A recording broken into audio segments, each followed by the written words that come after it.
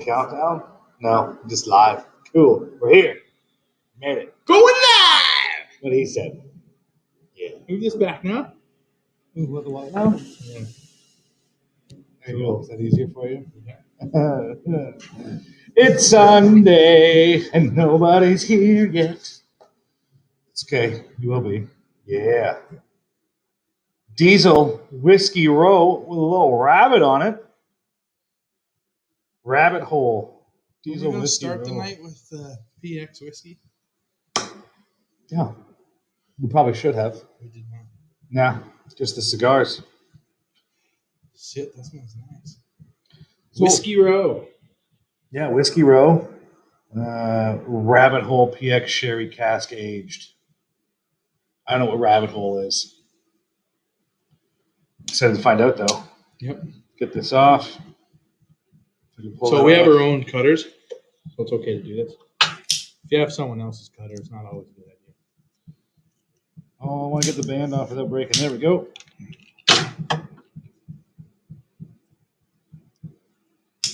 Oh, Nice draw. Like a nice deep cut. Let's see if the wife can help. what are we helping with?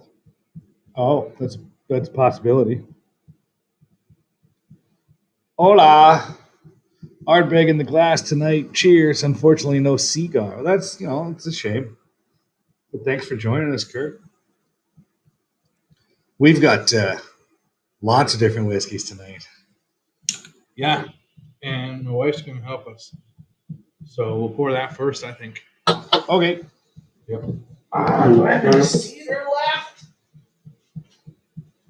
Oh, no. Well, that's too bad.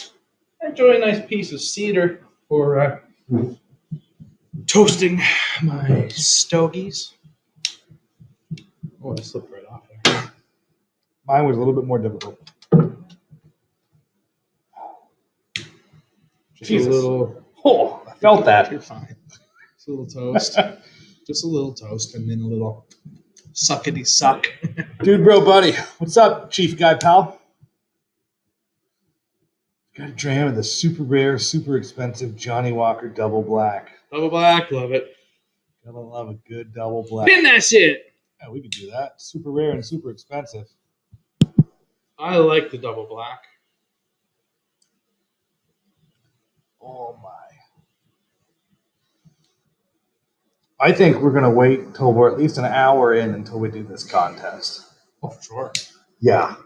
We're doing a contest, and it's a good idea that you watched our last live.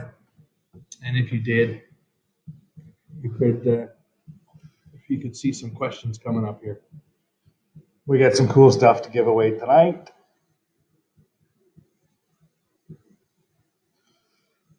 What's going on, you glorious bastards? We don't say glorious bastards because that term has been occupied by another YouTube whiskey channel Wahoo! that will be unnamed. I have no idea. I know you don't. Fuck, I don't give a fuck. I've been saying glorious bastards for fucking 20 Maybe years. they say magnificent bastards. They might. I have no idea. Doesn't Talisker 57, that's not correct. Oh, that's what you're drinking. Sipping on your second dram, Port Charlotte. They have magnificent bastards. That's right. So Derek knows. Oh, He knows well, I've what's been up. saying glorious bastards for years. That's like, okay. All of a sudden now I can't say that on YouTube. Check yourself. 57 North. That's interesting because that's the name of our kitchen, and that's technically, I guess, our degrees. We're at 57 North. So is that on par with Talisker's I distillery? don't know. Unknown. Yeah, me and James saying that since we were youngins. Okay, well, that's why he informed us. They say They say magnificent bastards. Yeah, okay. Yeah. It seems like I remember something flashing on the screen. Magnificent bastard. Yeah, you're right. It was magnificent. Was it? Yeah, my bad. I apologize. Anything can happen when we're going live. Anything can happen when we're drinking, which we are. Yeah. We're just Smoking waiting to pour. some, We were drinking earlier today. man, pretty righteous stick. So far, I like this a lot. You could probably win one tonight. You can. Yeah, I'm going to give one away from my collection of these glorious diesel whiskey row rabbit hole PX sherry cask barrel aged cigar. Man, that's a fucking mouthful. I don't think I could say all that. You're going to grab a what? Grabbing that bird, high coast. Can you also grab that can of Coca-Cola? Sure can. American Coca-Cola. Yeah. Talisker 57 North has been discontinued. Of course it has. Just when something piques my interest, it's gone. Seems to be the way.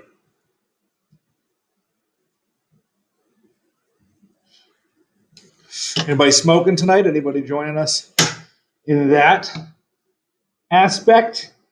Maybe? What a day. Oh, it was a day. It was a day. We filmed a bunch today. We drank a bunch today.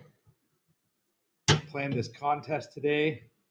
We got, they're not out here, but our giveaway sample bottle. Oh, no, some of them are out here, I think. Is that them? That's them. We've got individuals of them here. Gracias, senor. Huh? What? Run out of room. Made of butt stuff. Oh, yeah. That's true. Berg. This is Swedish whiskey. And it's a beautiful color. Look at that. It's a youngin' too, I'd say. So, to go with these PX sherry cask barrel aged cigars, we thought we'd go with a PX Swedish whiskey. Oh my God, the color is just gorgeous. It looks like my American Coca-Cola. Going live. I'm on the gram here too, folks. I'm gonna tell everybody to pop on over. We're on YouTube. PX on PX. Oh my. Yeah. Derek's here, Steven's here. Did the wife's pie survive? Hey, you mind your business about the pie. It's none of your fucking business. Who said that? Steven. I don't know nothing about any pie, but I do know we're live on YouTube right now, everybody. Come join us. We're drinking dark cola-colored hey, Swedish whiskey. I actually tasted it blind today, and first guest American.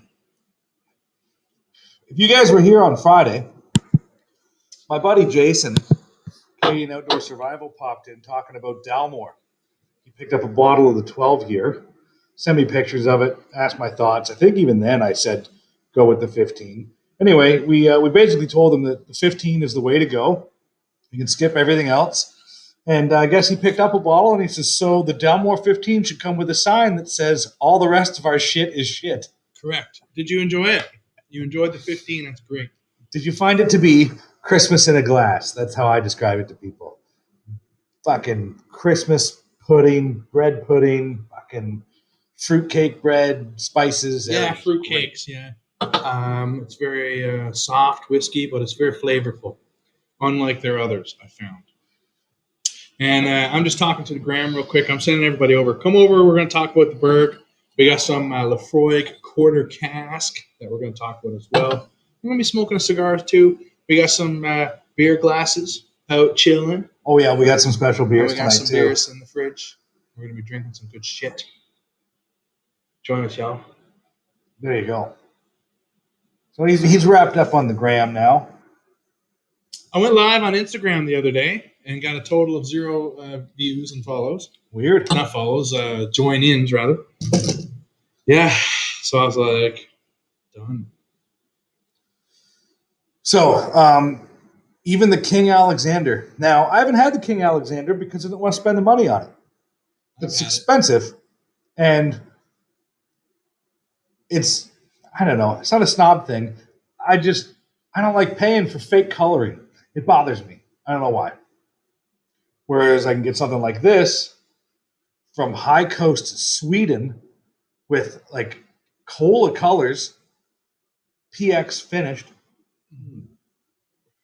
fruity. It's lovely. You can pick that up for $100. I like the cigar malt as well. I like the old cigar. Yes. I got to put that episode out. Man, I told you, did I not? I said you're going to find a very different whiskey today. Yep. Yeah, and was it not? Buddy, fucking crazy difference, man. Crazy. Big difference. Yeah. We should do it blind one time as well. We filmed some blind episodes today. That was cool. I was way off. This was one of them, this High Coast Berg. So, you know what's funky about this? On the label, it says 50%. You can see there 50%. On the back of the label, which is the part that I read because I don't pay attention, it's not going to focus, but it says 48% on the back. So I poured this for Josh blind, opened the bottle, and you guessed high ABV, and then he said American. Now, I mean, they do start it off in first fill bourbon casks. Yeah, no, I want people to understand it's not American in the sense of bourbony at all. It's American in the sense of the abrasiveness. Oak. Like a heavy tip of the tongue oak, as you may see in balcones or balcones. I'm not sure how to pronounce that correctly. So that's what it reminded me of, and I rather enjoy that American whiskey. Someone whose name I can't pronounce because I don't speak that language said 15 is good. Noted. Yes, 15 is my favorite Dalmore. Yeah, it's better than mostly. It's better than almost every other Dalmore that I've ever tasted when you're talking about a cost versus yum ratio. Yeah. So I bitched about it and complained about this whole fake coloring. I think it's stupid. Josh explained to me essentially this, like Tam is saying. Yeah. You can understand the coloring. It's for consistency. What happens without the coloring is people think there's something wrong with the bottle and they return them. So a bunch of ignorant, dumb fucks picked it up and go, this is different coloring and it's lighter than the last time I had it. It must be bad. And to me, I see it's lighter than the last time I had it. Now I got to get one from last time. And I need to open these and taste side by side and see how much the color mattered. Yeah?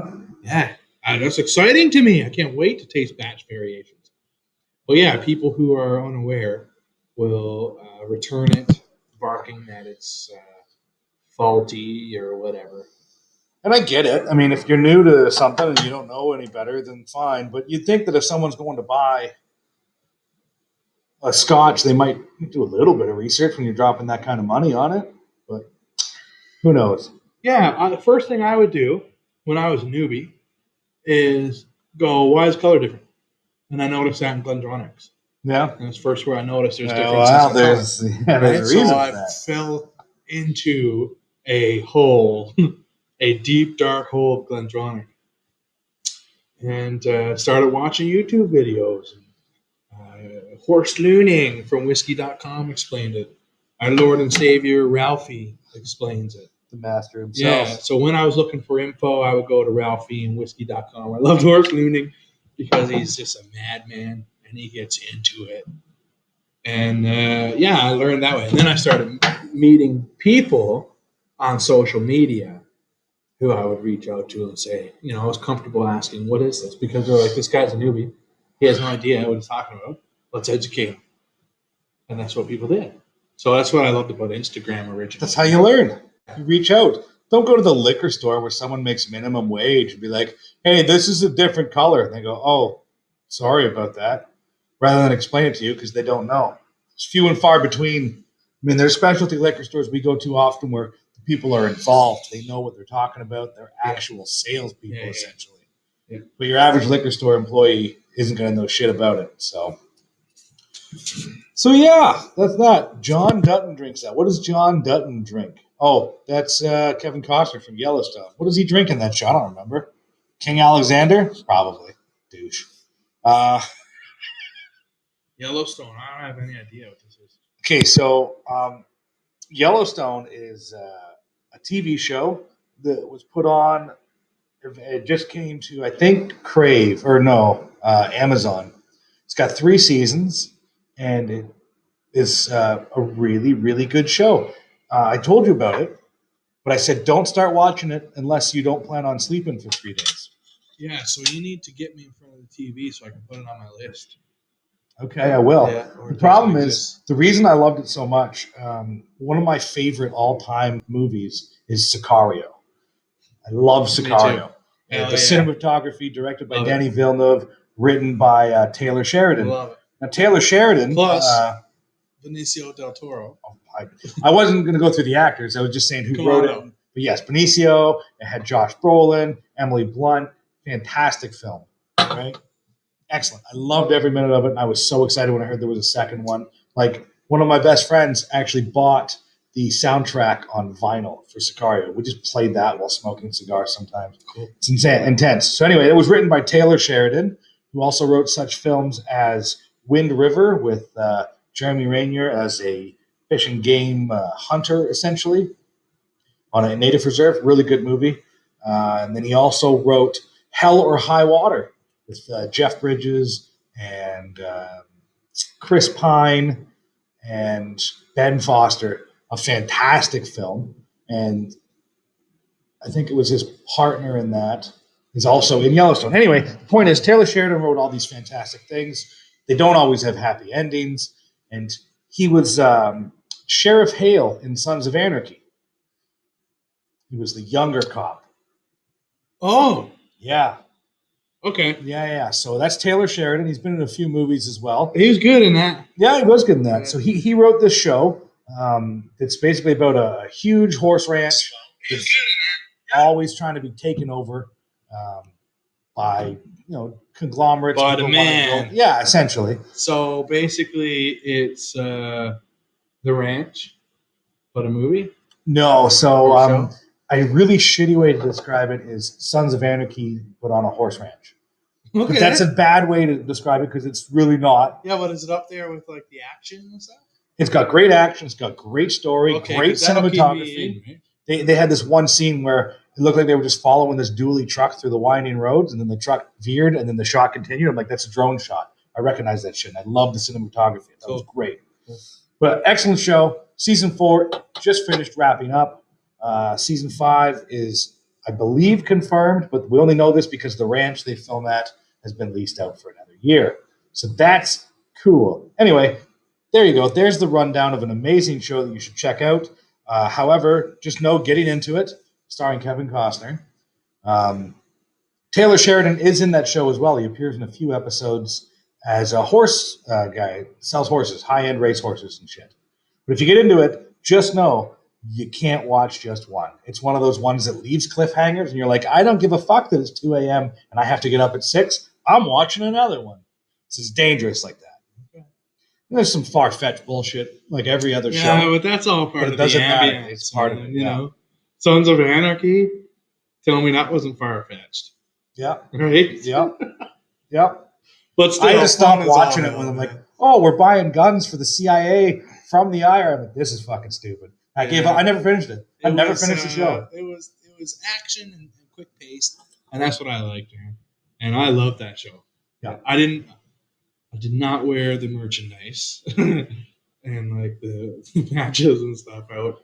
I did not do that. I worked at Harley Davidson, and guys would come in wearing like Sons of Anarchy t-shirts, and like, whatever. I guess you're a fan, but the worst was a dude rolled in wearing a vest with full Sons of Anarchy patches, and he had an Ontario bottom rocker. That could be very dangerous for him. Like, does he understand? It was. I'm not going to get into that story. We don't need to get into anything. Because we didn't just have weekend warriors at our dealership. But yeah, we serviced his bike and sent him on his way, and then we all had a good laugh. It's one thing to support a biker gang. It's cool, I guess. Do you, baby boo. It's another thing to pretend to be in a biker gang.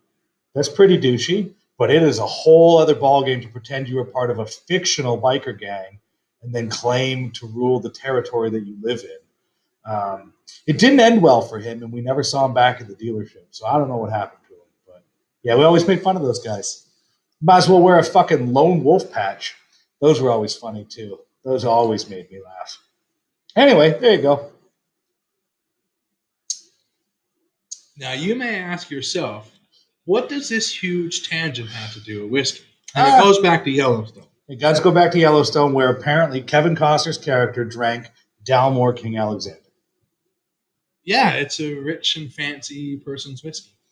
I really like seeing. It was fun. When I bought mine years ago, it was fun to splurge and go buy something crazy. And me and Adam J drank it, and we were thoroughly underwhelmed. And the money that we spent at that time could have bought a Glenmorangie Signet and as well another low end bottle. And we were like, never again will I get caught up in this Dalmore hype, eh?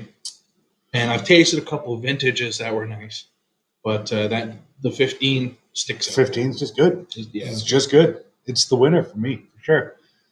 I think the other big thing that comes out of Dalmore that's not Dalmore is that Nomad. So Nomad, let me fucking just talk about Nomad.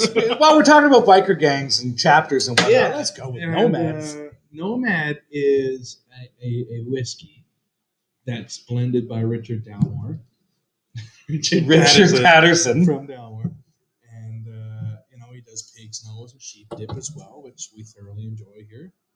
And he sent some whiskey to Spain to be aged in Spanish oak casks from Jerez, or whatever. Jerez, Spain. And now we have the ever so sweet and super soft Nomad.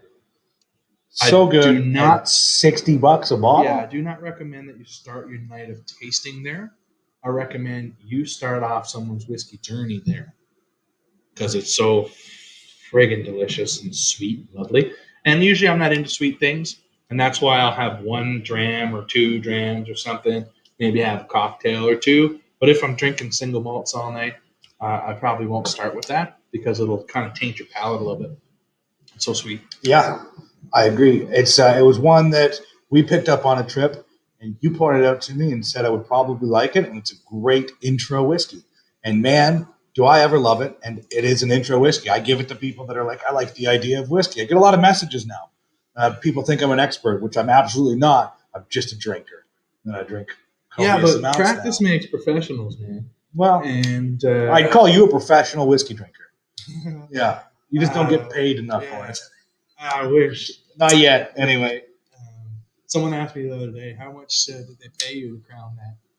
And I was like, you cannot buy my opinion, dude. I'll shit on anything. I'll throw it down in the barrel.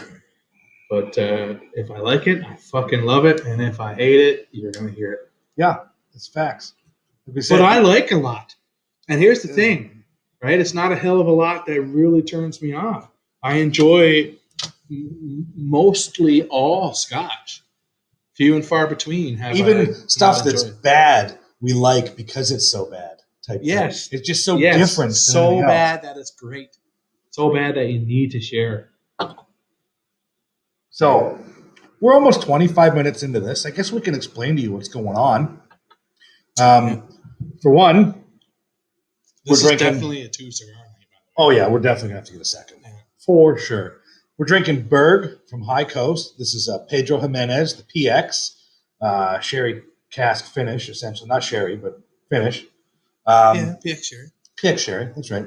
It's dark as all hell. It's Swedish whiskey. It's the first Swedish whiskey I've ever had. Fruity but raspy. It's very different. So we're drinking that. I would like that better if it was Oloroso, I believe. I will be drinking. Josh will not be partaking in this, but I will also be drinking the Virginia Black, not from Virginia, Drake's American Whiskey. It's not even from Drake. It's from Estee Lauder. It would seem that way. Yeah, I feel like I could just take a dab, put it behind the ears from this beautiful cologne bottle. So I'm going to have some of that just because that was our latest episode. I hope some of you saw it. I hope you watched it. I hope you clicked like. We'd appreciate that. Even if you don't like the whiskey, you can still like the video. You know what I'm saying? So we got that going on. And then we're doing our contest today. You pretty much can only win if you watched Friday, or unless you were big into this game and paid attention to things. what we're going to be doing, as you can see, slightly empty. We've put together samples of the Whiskey and the Six from Last Straw. So we're giving away samples of that. We're giving away samples of their cask strength. We're giving away samples of their regular release at 43%. We're giving away samples of the Scorn 100% corn whiskey, which just won gold medal. It's quite tasty. Canadian Spirits Awards for a 100% We reviewed this corn. on an episode, didn't We did, and it will be coming out soon. It's in the can, ready to go, possibly even this week as an extra drop. Do it. We might be putting out a bunch of Last Straw extra drops this week. If we're available, man, now's the time. We might. So this could be. We enjoyed Last Straw. They're very unique in their style. And when we tasted Whiskey and the Six, we were like, wow, that is undeniably Last Straw whiskey right there. Their character. Yeah, they have a very distinctive taste and a very new distillery. And like I said, Canadian Spirits Awards just happened, and they won a bunch of medals, which is pretty awesome. Their cask strength, though, chef's kiss, beautiful. We're giving away a bunch of that stuff, and I'm being extra generous, and I'm giving away one of these. This is a Diesel Whiskey Row PX Sherry Cask Barrel Aged Cigar. And it bears the Whiskey Heathen's seal of approval. So that's something. So that's the plan. We're hoping that whoever wins tonight, we're going to get these samples in the mail on tomorrow. Well, maybe not tomorrow. As quick as we can and get them to you. But sometime next week. And then this week coming here. Next Sunday coming up, we're hoping to be live with Whiskey and the Six and possibly one of the distillers from Last Straw, so that whoever won can have some samples and get into it. Yeah. And we're also going to plan one more live.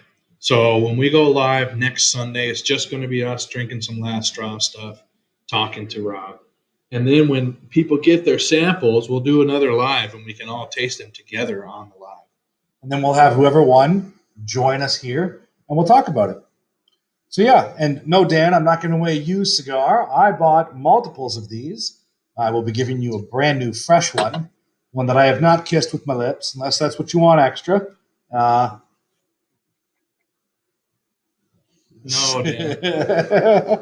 Should I put it up? Sure. Why not? Dan, I'm not mad at you. Such a nerd. He's only mad because you won't give him any of your Brook Laddie collection. Please take down Kurt's comment. Where? The one we just had up? What do we have up? I don't know what we had up. I have no idea. We went on a long rant. Yeah. Whatever. Anyway, we got introduced to Last Straw because of this gentleman here, actually. Canadian Outdoor Survival. Jason. On a live one day, he joined us, and he's new to the whiskey game. And he said, have you guys tried Last Straw? And I said, nope, never even fucking heard of it. And I think Nicole was with us that day, and she piped in and said, Last Straw is great. I'm like, oh, someone we know also approves of it. Cool. Now we got 4 or 5. And now we're big fans. Yeah. And apparently so's the rest of the world because all the awards they just won. We enjoyed it. It's an unmistakable distillery character. It's very unique. I don't know what I had up, Kurt, but whatever. It's gone now. Yeah, it's very different. And like Josh said, if you try multiple, they have a signature taste to them. It's like if we did it blind, you can almost go, that's Last Straw. It's very. I think when some of you taste this, you will agree. Yeah. They had that cask strength. There was only 48 bottles. That was it. Oh, wow. Total. Nice. So I'm sure they'll do another one. But yeah, like I said, I think in the episode, I don't even think, did we put the episode out? I don't know if we did. Water, no? Absolutely. We said that we know where at least 30 of those bottles ended up. So yeah, it was good. It's good. So anyway, that's what's going on tonight. Fun tip, too, for staying hydrated when you're consuming multiple samples in a night or an evening is fill your glass with water after. Drink the water. When you rinse it out, absolutely. And if you have the stomach for it, do it again. Always good to do 2 full glasses of whichever glass you enjoy. This is my current favorite glass, by the way. I just really enjoy it. It's like similar to a Glencairn, but has a stem. I love it. A little bit of a fatter bottom. These fat bottom girls make the world go round. 2. And then every dram after. Derek. Oh, we also have this. What? Which was like the star of the yeah, evening. sorry. The reason we're coming in here today, this Laphroaig quarter cask. We got to talk about this. We're going to get into that. You can't get that cask strength in the U.S. I don't think they're big enough distiller to have distributed to the U.S. It's not even on shelves here in Alberta. I'm not sure if all stuff sent there from there. Oh, maybe. They might. They have an export license, I'm sure. Who knows? You can check out their website, Last Straw Distillery. Their Instagram is Last Straw Distill. What are we pouring next, anyway? What do you want next? Well, I'm probably just... I don't think you want to jump to the Laphroaig just yet. I was going to just move to the Laphroaig and drink half of that. There you go. Yeah, it's all yours, buddy. I'm still enjoying this Berg. Because we're not going to be talking too much about Last Straw tonight, right? Just a giveaway. No, just a giveaway. So I think it's safe for me to go into Laphroaig. Sure. Oh, hell yeah. Pour a nice 2-ouncer. And, folks, let's talk about Laphroaig a little bit. Okay. Laphroaig. Who likes Laphroaig? And what's your favorite? And why? Now, I already know what my favorite is. We just posted about it a few weeks ago. It was that Carchus, whatever the fuck you say, port and red wine finish. I loved it. I can see why that's your favorite. That's delicious. That was my peated whiskey of the year, baby. I think my favorite is probably the old 18. I really enjoyed that. Because you went through about 18 bottles of it. I went through a lot. Yeah. It was inexpensive when we used to buy it. Now I have 1 bottle left. Like, I'll drink everything so quick, and then I get 1 left, and I just hoard it for years. Well, you don't want it. Once it's gone type thing, right? Do we know Derek? We've done this before? Derek, we may have done this before, but why don't you tell us? Who the fuck are you? Does your guy have glasses? Guess who? Is he bald? Guess who? It's the Freud quarter cast. So, back in the day, growing up home, when we went to the bar, we would shoot scotch, right? And it would be Johnny Walker Red, most likely. I'm almost sure that's what it was till I started growing up a little bit. And they switched it to black and stuff like that, right? But anyway, I would, when I would meet old friends like Adam J., we hadn't seen each other in many, many years, different provinces, you know. So he was coming up. I said, let's grab a bottle of scotch, let's play some chess. Let's get lit like we used to. Hell yeah. Yeah. Let's get so fucked up I grabbed and a bottle rook. of Glenfiddich 12, obviously. It was on sale. It was eye level. It's what you did. So I've killed many of those. But I didn't count that as on my scotch journey because I didn't stray from it. But after I started like, okay, I'm going to start buying scotch and build a little cabinet. This was my second bottle of scotch that I ever purchased. So first one was the Auchentoshan 12-year-old that I purchased. And then I went from the 12-year-old Auchentoshan straight to this. Laphroaig quarter cask. Raise your hands if you have tasted the Laphroaig quarter cask. Yeah, I have. Too. So you know this is an abrasive dram. It's sweet, but it's abrasive as all hell. It's peaty. It's bonfire smoke. It's heavy oak because of those quarter casks. So this slapped my lips off and turned me away from peated smoky whiskeys for a while. I can see that. Springbank kind of took me right back in. Cradled you in your arms. So then Springbank eventually turned to Long Grow, and then I was a peat head from the time I tasted Laphroaig 10. I really, really enjoyed that. So that was one of the only peated ones I would drink was Laphroaig 10 back then. It was a different kind of peat, very different. So this one, now, of course, this was on sale, $56, folks. Yeah, Ben Peter just said the same thing. What? That it was on sale for $56. Boom! There you go. At Independent. yeah, and superstore liquor stores. Isn't that the same thing? Yeah, Same thing. Real Canadian liquor stores. Yeah, that's what it is. that's where I picked up mine today at the Independent. $56, man. Can't go wrong. It's usually $80. Yeah, so I mean, you're getting a good deal, and it is a good peated whiskey to just have on your bar shelf. Yeah, this is good whiskey. Well, I mean, when it goes on sale for $56, I seen it there. I was like, oh shit, I'm gonna go check the regular price. It's been a long time. And I went back 2 days later, and all like 14 of them on the shelf were gone. And Missy at the counter was like, "Do you drive?" And I was like, "No." She said, "Can you drive, sir?" I was like, "What? Yeah, I can drive." Yeah, I have a license. I thought she was like, "Are you inebriated, sir, or something?" Right? Because I was like, "I can drive." What do you mean? She's like, "Well, I'll drive up to the Independent. They're up there as well." And I was like, "Oh." I was like, "Actually, I'm not driving. My wife is driving." But yeah, let's do that. So we went up there, grabbed it. Can't go wrong. Can't go wrong, man. $56. Come on. Just for shits. Just for shits and giggles. Oh, it just hits you. Oh. Yeah, let's look it up on the LCBO. What would this cost in Ontario area? Well, worst case, Ontario has it priced at. I would say 72. Good guess. I'm going to say 78 because I think they inflate their prices. Even though they have some of the best purchasing power in the world, they still rip you off. No, not going to make it. He'll figure it out. 90. $90? Shut up. Are you fucking kidding me? Damn.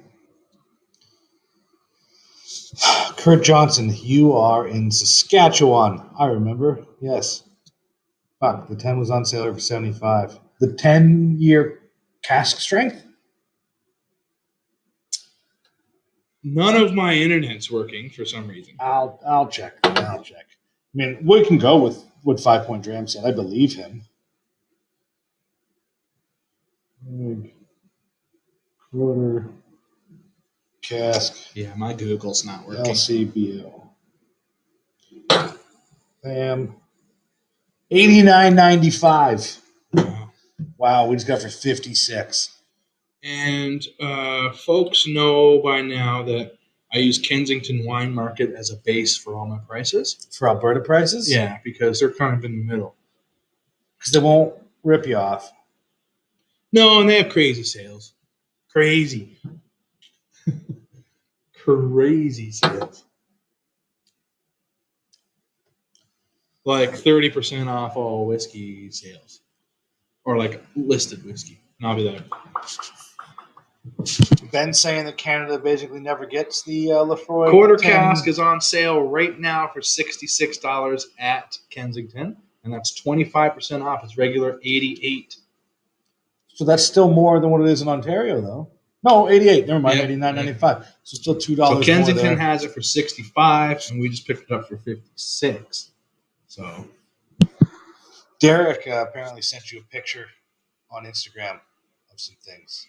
Derek, Not now, but no, recently. let's look this up now. Yeah, because we asked who the fuck he is. Is it Derek 558? Maybe. Because that would make so much sense. But everybody's fucking handles are different. You know what my YouTube name is? Know Your Whiskey? Know Your Whiskey. Yeah. Yeah. You know what my Facebook is? Know Your Whiskey? Know Your Whiskey. Yeah. Instagram? Know Your Whiskey? Know Your Whiskey. Twitter? Fuck Twitter. Fuck Twitter. Yep, that's Derek. Oh, well, okay. Cool. We're putting Yeah, you're sending me some righteous memes as well, so yeah, we're cool. Yeah, you had the Laphroaig 10 and the Laphroaig, and you had some Annock too, and some Glendronach, I believe. I added a touch of water to this berg just to bring it down from that 50 ABV. I'm going to try to hustle someone here real quick. Just hustle them onto the YouTube channel. Oh, yeah, do that. Brad. The Tom. Oh, Brad. Brad should join us. He should be fucking smoking cigars and smoking some righteous food on it, because that's what he does. He smokes fucking all kinds of cool shit, and he drinks some badass beers. I like that 10-year-old cast strength of Freud. So they're saying it's hard to get in Canada. You can't get it in Canada. You can't get it in Canada. U.S. I had it smuggled up through the trail years ago, and that was my last one. I had 3. Bastards. Batch 6 was so good.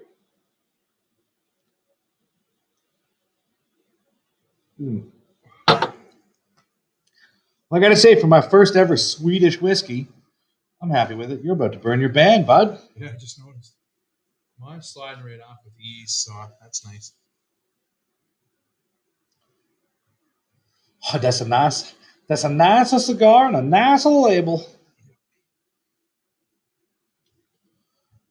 These were not a gift, but I did receive them from El Presidente. Yeah, I remember that. I received one from a little package. He's good to us. We will have to have him on here one day. Sean Kincaid joins and says, Irish month commences in 5 hours. So Sean has been naming these fun little weeks on Instagram, and we've been joining in, and it's been super fun. And now he's deeming March to be Irish month, not Irish week, but Irish month. I call bullshit. It's on, Sean. So Sean and 4 of the other Irish whiskey drinkers in the world are going to be really excited. I'm just joking, Sean. I like Irish whiskey. I also must send a quick message. Yeah, I paid $70 each for my Laphroaig 10s. And I will gladly do that again and again and again. It's really tasty. I enjoy it a lot.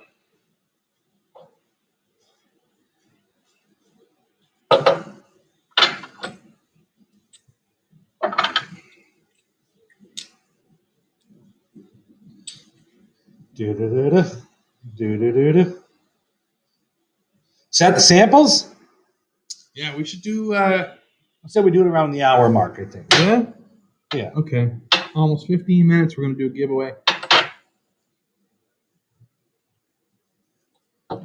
How's that PX coming through on that whiskey? It's On coming this through, one, on the actually. bird? Yeah, a little more spicier than sweet, which is what I would like a little more.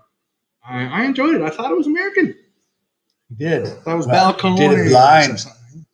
But there was a reason. There was a reason. You had that in your brain, so shit happens. Yeah, whatever.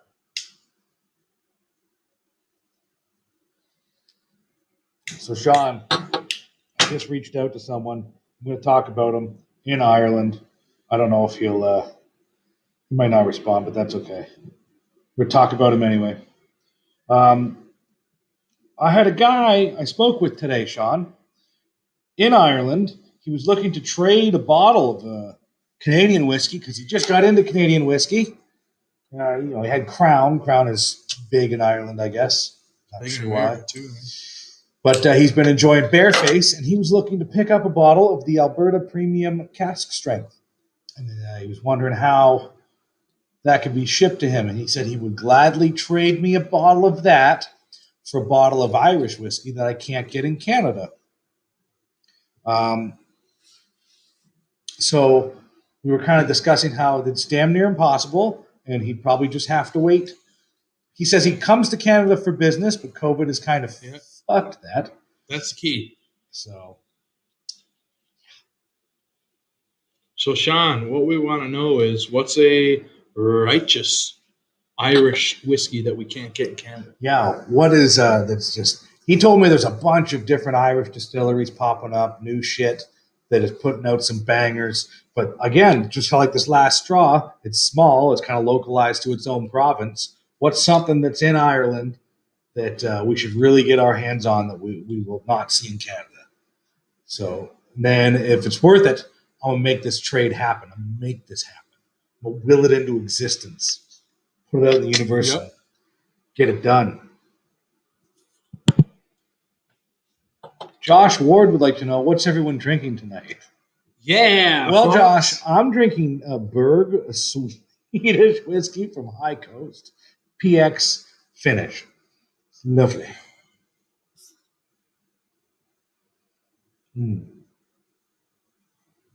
You send me that list, Sean. We'll see if we can work a deal with this fine Irishman himself. Yep. And we can make it work. I will gladly sacrifice one of the cask strengths I have bunkered. Because, I really want to try some more Irish stuff, but Jameson ain't going to cut it. You know what I'm saying? Ben is drinking blended Port Charlotte 10 and Dewar's White Label. Interesting. Is that because that Port Charlotte is really peaty? Is that why? Kind of down? Derek's drinking that double black, that very rare and expensive Johnny Walker. Peter's drinking OWA. Why do I not know what that is? I can't think of what that is. Old Weller Antique, I would assume. Okay, yeah. Nika SFTB. Straight from the barrel. So Ben Nevis then. Well, that's what I'm told. probably. What the internet tells me. Fucking delicious, whatever it is. Yeah, I do enjoy it. I have a wonderful picture. A mismade label. I wish I could find it. Maybe I can. I will look for it right now. I will Google this shit.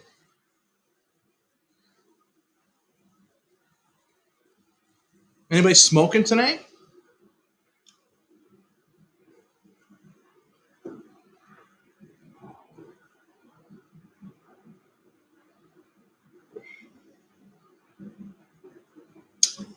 Folks, lucky for you, many of our followers are dropping off.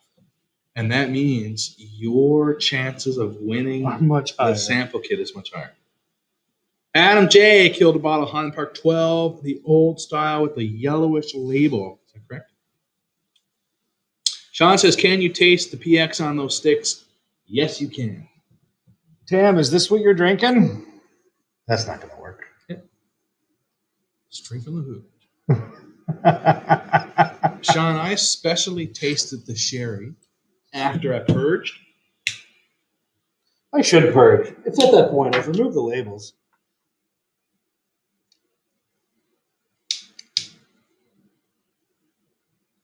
Oh, blew it out. Give me my flat flame, please. So I purged again. Let's see. Oh, yeah, man. Purge is where it's at. It just reminds you of that lovely. It's like if you spilled some sherry, Sean, and it dried up a little bit before you got a chance to wipe it down. And that's what this reminds me of. It is a delicious cigar, and I wish that I had bought that box that you picked up. I didn't get the full box. I didn't wish get a I full did. box. I wish I did. I got a few more left. I gave one of these to the gentleman I picked these up from today. I don't think he's here right now. I gave him one of these because I said, this is what we'll be smoking live tonight if you care to join. I'm giving one away for this giveaway for the big winner. There'll be two winners tonight. One big winner. One big winner. Yeah, the one winner wins a stogie and a sample of all the last straw. And the second person will get a sample of all the last straw. And you just lost two more, folks. Your chances are going up. Yeah. Why are you disappearing? Where are they going, Josh? I don't know. Why don't they love us anymore? Oh, How's the PX on that whiskey? On this Berg, like we said, it's sweet, but strong.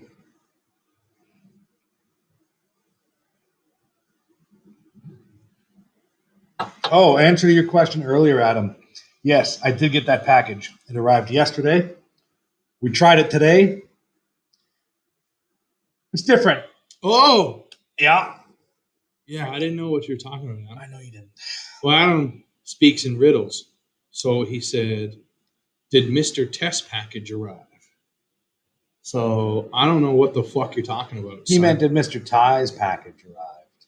And it did. It did. It made it there. I said, Mr. Test package, and he sends me a question mark. Read your text again, sir. Yeah, I got it. I was very happy for it. When he said test package, I thought he meant the sample package. No. I brought it over today, Adam. We did it blind. It was very interesting. It's different, man. It's different. If you ever see it again, I know someone that'll buy it. So thanks again for doing that. If you ever see it again, I would buy one. Yeah, just to have. Yeah. It's very different. When I tasted it, it was too sweet for me.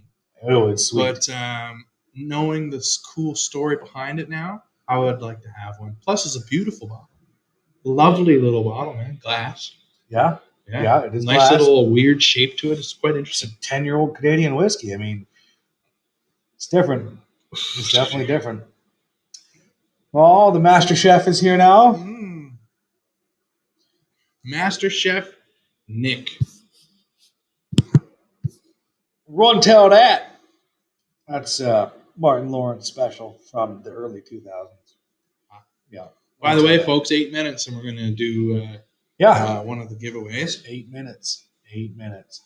And folks, we need to clarify. We'll clarify again.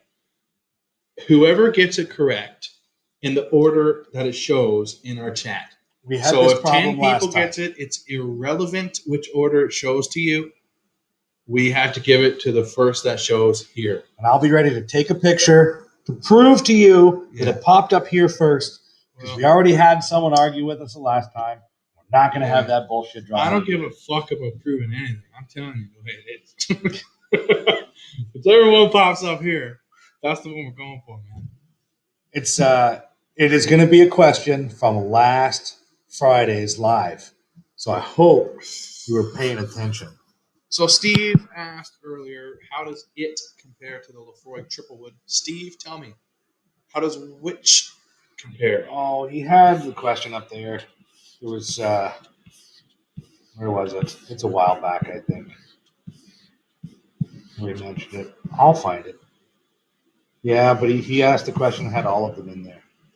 Let me see. Laphroaig Triple Wood is probably my favorite of the base Laphroaigs, the regular release. Sean's going to send us a bottle of D's Nuts. I'd try it. Well, you think he's being rude, but I believe he's referring to a peanut butter whiskey. I'd try it. Yeah. I've got 2 peanut butter whiskeys at home waiting to use. I was going to film some B-roll with the dog. Put some peanut butter on the actual label and then have the dog licking it, get excited for it. But we're out of time, didn't get it done. And we've got so many other fucking bottles to review first, so not a huge rush. It is, in fact, a peanut butter whiskey. That's right. These nuts. I'm down, man. I'm definitely down. Yep. I like that shit. I mean, there's a few others. Revelstoke has got one. I've got the sheepdog. There's that another peanut butter one out of the States everybody always talks about. Squirrel or something. Screwball. Screwball. That's it. Screwball. Yeah. You have that? I don't. Oh. I do not have the Screwball. I've never seen it in stores here. I've seen some others. Yeah, peanut butter whiskey, flavored whiskeys. Try them out. Screwball. I think Steve was paying attention. Steve, this is addressed to you. Which triple wood? Or which one compares to the triple wood? Yeah, I couldn't find it back in the old questions there, Steve. You asked a couple. It was a couple of different Laphroaigs you wanted to know about. I love the triple wood. Oh, Screwball is in Alberta now. Okay, well, I'll keep my eye open for it. We'll probably just do like 4 different peanut butter whiskeys in one episode because I don't feel like those deserve their own. I have heard tale of taking something really sweet, like a sweet whiskey, and adding it to peanut butter whiskey, and they have PB&J, like a jam. Yeah. Blind peanut butter whiskey review. I could do that. Okay. We could get one of our production assistants to pour them all out for us, and we drink them all blind. We can make that happen.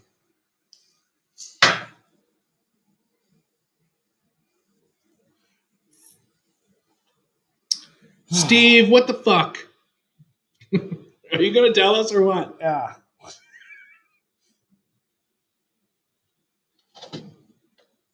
Trick is the final one is peanut butter on bread. Oh my. I think Steve from Park Whiskey Society said it best. Josh is stepping on landmines so we don't have to.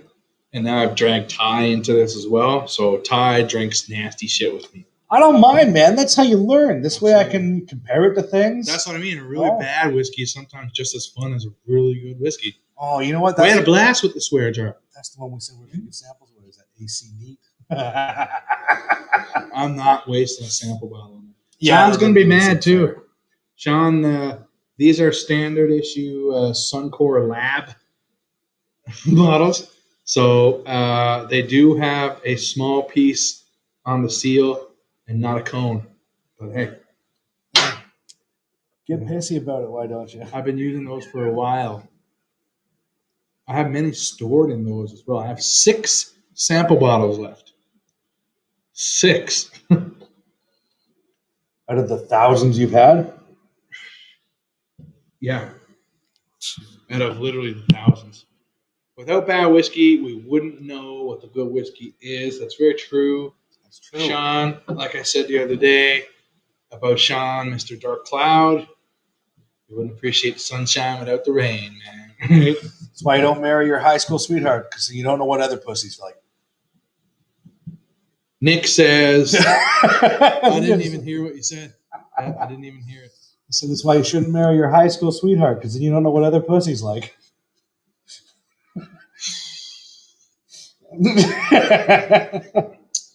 Okay. All right, then. So, yeah, Nick had the triple wood cask strength, which was my favorite triple wood until the Laphroaig port and wine came out. And before that, it was the 2014, which is like dark yellow. Yeah, the label. Yeah, I remember you talking about it, but I never had it. Yeah. Yeah, but that's what I mean. Tam. Yeah, it's so nice. Steve's 9 minutes behind the feed. Steve, you know it's because you left and then came back. If you go on, you just gotta refresh it, dude. If you go on your phone and you touch it, you can scroll all the way to the end, and then you'll be up to date, bud. You'll be all right. You'll figure it out. We got 19 people now. The chances had gone down. Now they've gone back up. Sorry, folks. Got a minute and a half to go. One of those is probably my wife, and let me tell you, she's not fucking interested. So yeah, she don't want to win. She gets whatever she ever wants is here, and she never wants anything. And Jay says he feels like 15 minutes behind as well. Again, you probably exited out, came back. You can just go. I'm assuming you're watching on your phone. Maybe some of you are on a laptop. Either way, there is that bar in the bottom. Shows you where you're at. Drag it to the end, and you'll get there. Or, you know, if you have to, refresh. Leave, come back, you'll be fine. Yeah. Yeah. It's like 5 seconds. 15 minutes, Adam. Fuck you.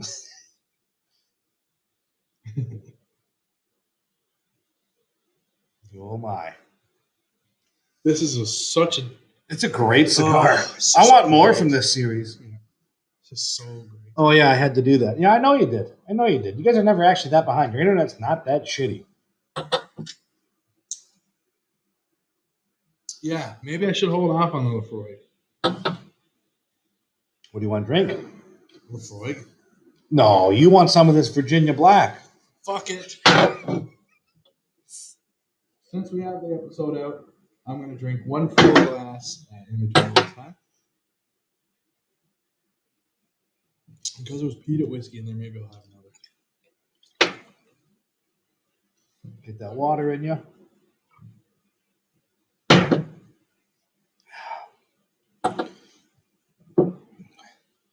Here it is. Oh, the greatest whiskey ever made by the greatest rapper alive. Small pour, man, please. God. Yeah, that's well enough for me. Oh, there you go, buddy. Gross. Thankfully, you wasted some. Look at it. How can it not be great? Look at the bottle. It's beautiful. It's all cut glass. It's two-tone. There's black on there. There's gold labeling, gold cap. I mean, you would expect to pay $300-400 for this. This has got to be like Dom Perignon of whiskey, right? It's got to be. It has to be.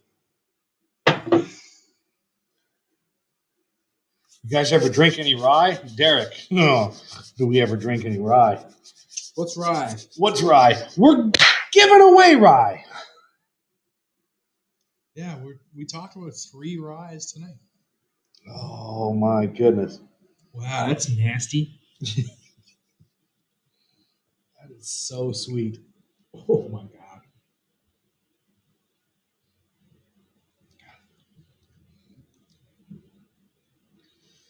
It's not that dark. It's dark, but it's not that dark. And then the bottle, like I said, it's two-toned.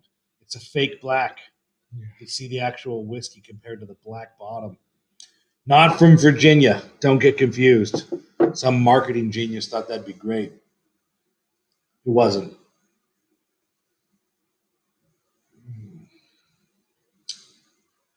Oh, my bad. Is that the stuff you can't get in the U.S.? Oh, yeah, the last straw. A lot of their stuff is rye. But no, we actually drink a lot of rye.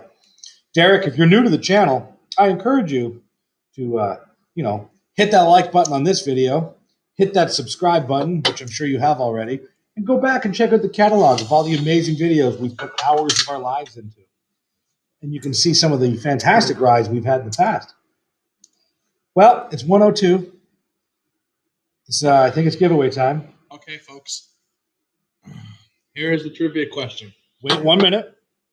We'll give you another 30 seconds to figure out your shit and make sure you're live right now. I'll type it in. You're going to type in the question? Yeah. Okay, we're going to do that. First person to answer. I'm ready to fucking throw it up on the screen here. You tell me when you're ready. Okay. This is the first question.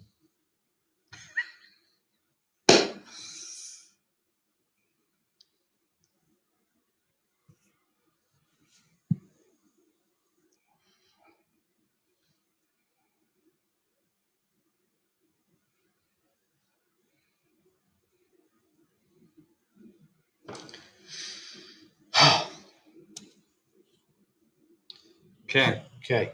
Poised and ready, my friend. There it is. And it's the first one to show on our feed. Bam, there it goes. What is the mash bill of the Whiskey and the Six collaboration with Last Straw Distillery? 3 grains and the percentage of each. If you can answer that, we'll give you a sample of everything. And then we're going to ask one more question in which you get the cigar.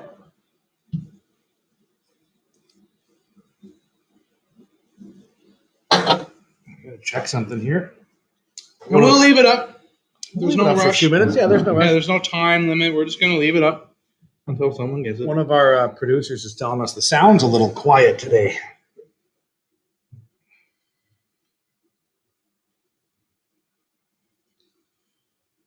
Michael says rye 30%, malt 40%, and barley $50.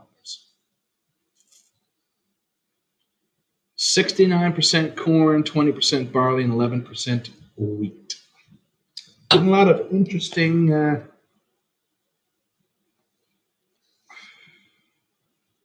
numbers. 40%. 40%. Okay, so 40% is not a guess because Well, he did guess up here with the money symbol, but yeah. We're looking for 3 grains and their percentage of each. And I'll tell you, the percentages are rounded to the nearest 10. So it's not like 62.4. Yeah. It's not 62. You know what I mean? It'll be 60 or it'll be 70 or it'll be 40 or it'll be 30 or it'll be 20, whatever. This really just comes down to how much attention have you paid in the past. I said it on our last live, and that's what you need to know when or in order to get sampled. Well, actually, it would be 4. Steven says 60% corn, 30% barley, and 10% wheat. You can keep guessing, folks, and we'll let you know if you're right. Otherwise, we're just going to chat about other things and carry on here. Yeah, but we'll leave the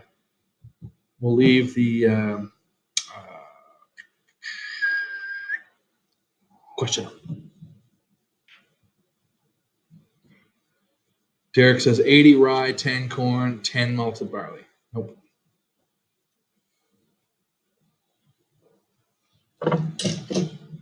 It doesn't say it on the bottle, does it? Nope. No. And I don't think you can Google this. Rob told me out of his own mouth. Yeah, this is not on their website, I don't think.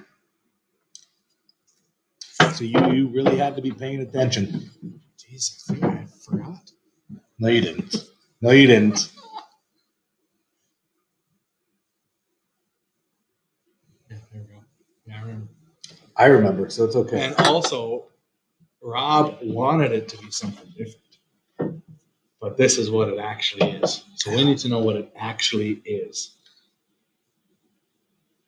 You don't need to watch Rob's videos ain't going to help you here, that Ben. ain't going to help you. Nope.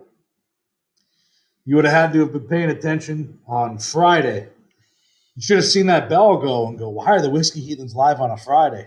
That must be important. I better watch from start to finish. And based on some things we said Friday, we're giving away 2 sets of samples of what we have here. So, Chris, you can still get in on the question that's pinned. Mr. Beaton, if you know the answer, you could be a big winner. Yep, there's no limit on guesses, folks, by the way.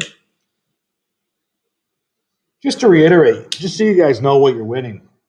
Hey, Eugene, there's a question pinned. Be sure to try and guess. You will be winning a sample of the Last Straw cask strength rye. Are they 2-ounce pours or 1 ounce? 1 ounce. You will be getting a 1-ounce pour of Last Straw's Scorn 100% corn whiskey. Just won a gold medal for the best Canadian 100% corn whiskey. You'll also be getting a sample of Last Straw's rye at 43%. Same one from the cask strength, but watered down. And you'll be getting a sample of Last Straw's whiskey in the 6 cask 1 3-year-old. You can't really see them all, but they're all there. That's what you're trying to guess to win right now. And then the second question gets the cigar, or this guy gets the second question's harder. The second question is harder. Yeah. The second question will win the cigar as well. Yeah. You were there, Ben. That's true. Sean! We have a winner. Sean, we have a winner. We have a winner. There's our winner right there. Sean, you win a sample of each. And if anyone's upset that my dear friend Sean is winning, you can go fuck yourself. See, Sean pays attention. Yeah. Sean supports us. I am not going to exclude my friends. Well, Sean, there is a possibility that you could win the cigar because you seem to be the one that paid attention. Mm-hmm. And if you win the cigar as well, then we'll find another question to ask for the original samples, because if you win both, you don't need both. Yeah. How about that?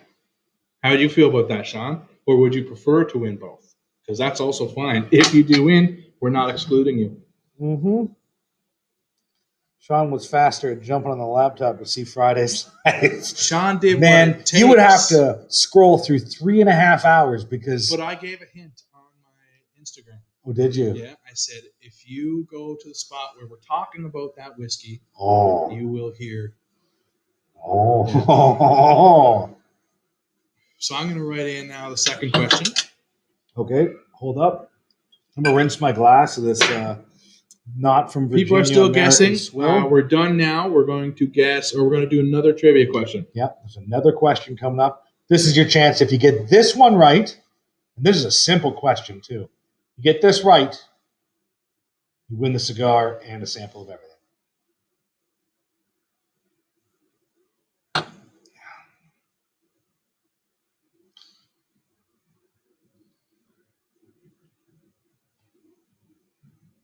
Sean says he'll give up the samples for the cigar. That's no good. You cannot trade it in. Yeah, Sorry. it don't work like that, my friend. Yeah. Whoever wins this question gets the cigar because it is a harder question. This is like Jeopardy 500. Do daily double.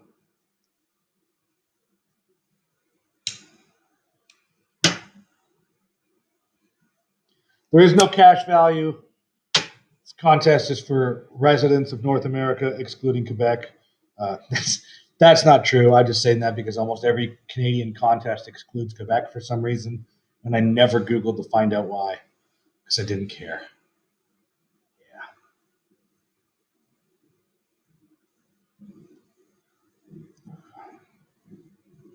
Well, are you ready? Almost. Let's type it. Eugene's ready. Who else is ready? Here comes the second question.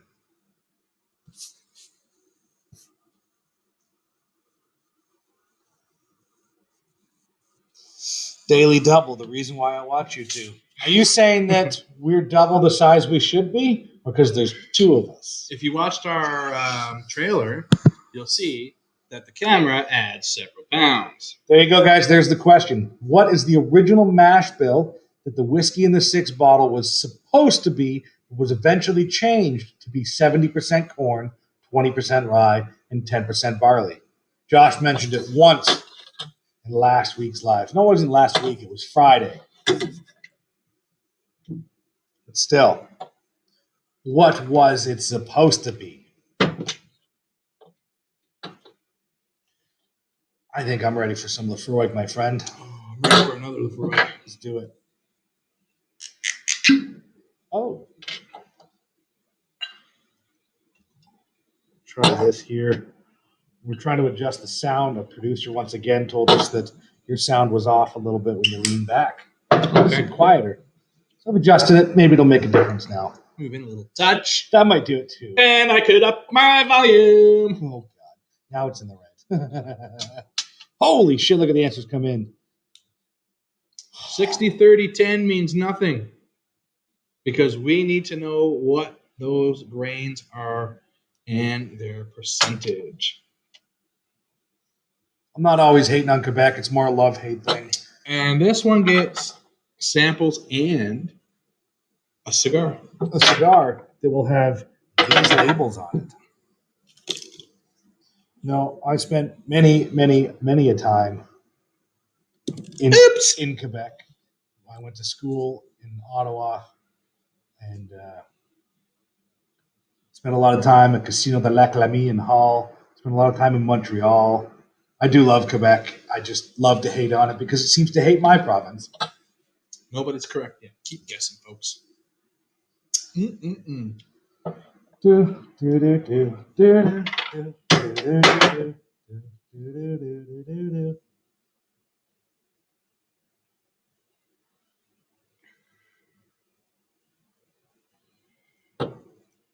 I'm like getting down there. Yeah, you're going to have to go get us some new ones. It's very lovely. Watch, when this contest ends, these numbers are just going to drop. Yeah. Man, these questions are coming in hot, real quick, real fast. 2 plus 2 is 4. Minus 1, that's 3. Real quick maths. 50, 25, 25. Corn, rye, barley. Nope.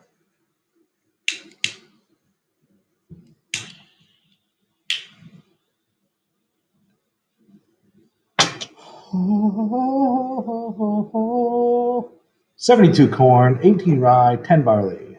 Ooh. So, folks, it is also, here's a hint, round it to the nearest 10.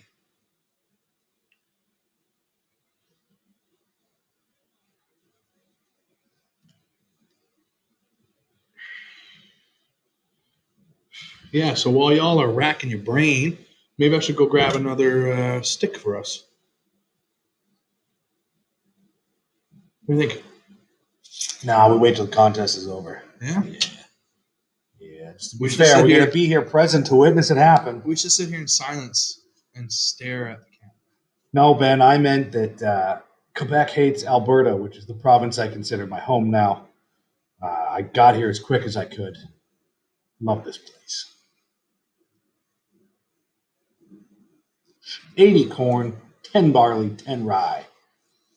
New.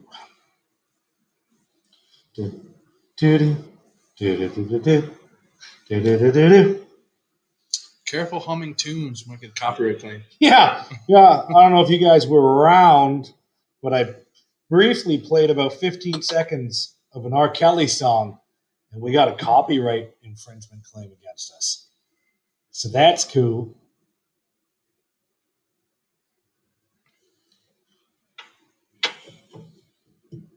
And these are the only questions, folks. If no one gets this, nobody wins the second sample. Or the cigar. Or the cigar. So close, no cigar. I don't even know what that's from, but I know that saying. Close to no cigar? Yeah. Let's find out. What were you supposed to win a cigar at? Yeah, I would like to know. 60 corn, 20 rye, 20 barley. Kelly got bills. It was a Weird Al song. Close but no cigar? From the practice of giving cigars as prizes at carnivals in the U.S. in the 20th century. Damn! What the fuck? Bring that tradition back. Yeah! I'll win some cigars instead of shitty posters. 75 corn, 15 rye, 10 barley. No. So, folks, 60 corn, 30 rye, 10 barley. No. Let me go back to my original hint. It's rounded to the nearest 10. 10, 20, 30, 40, 50, 60, 70, 80, 90. So it won't be 75, it won't be 15, it won't be 65, it won't be 55. It'll be a 60, it'll be a 10, 20, 30, 40, 50, 60, 70, 80, 90. That'd be weird. Everybody's guessing corn, rye, and barley. Yeah. Yeah, they seem to be really fixated. Everybody's guessing corn, rye, and barley. Weird that you'd fixate on those three grains when there are other grains There available. are more grains available. You see what we did there? Do ya? Did you hear what we did there? Now it's just getting hot now. Really? Yeah, so Damn. now I'm done. Damn, dude. Yep. This was delightful, and I'm glad that I paired it with the Laphroaig. Yep. Well, we did start it off with a PX whiskey. Which was also lovely. Paired quite well. 50 corn, 40 rye, 10 barley. Nope. 40 corn, 40 rye, 20 barley. Nope. Couldn't help it. Everybody's focusing on corn, rye, and barley. Yeah, they're loving the corn, rye, and barley. As if there aren't any other grains in the world. There are other grains in the world. 70 corn and 30 rye.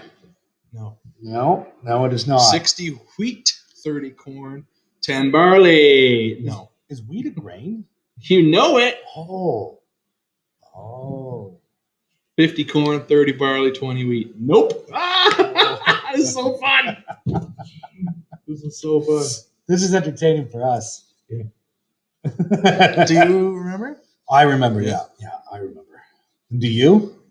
You didn't miss the You quiz, didn't miss it, Peter. It's pinned. It's pinned on the post right We there, got bud. you right there, dog. You can still get in on this. Yep. There is still time. And I'll say it again.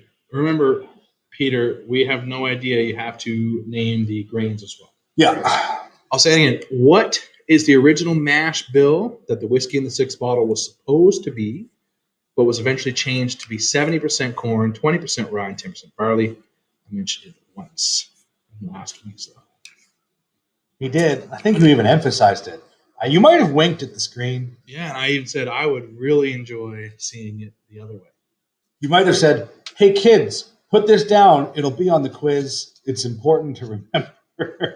30 corn, 60 corn, 30 wheat, 10 barley. No. 60 wheat, 30 rye, 10 corn. No.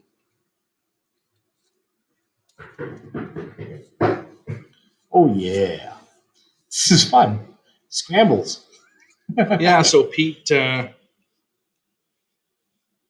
we need to know the grains. Yeah, you put 70, 20, 10, Yeah. but you got to add the grains, bud. Weird. Mine's getting hot here. I purged mine 3 times. Oh, I haven't purged it once. This might be a little too close to Nick purge. says 50 corn, 50 wheat. 40 corn, 40 barley, 20 wheat. Why are you saying wheat that way? It's WH, wheat. Oh, fuck. Did you see that? Yeah. Oh! I think I felt that.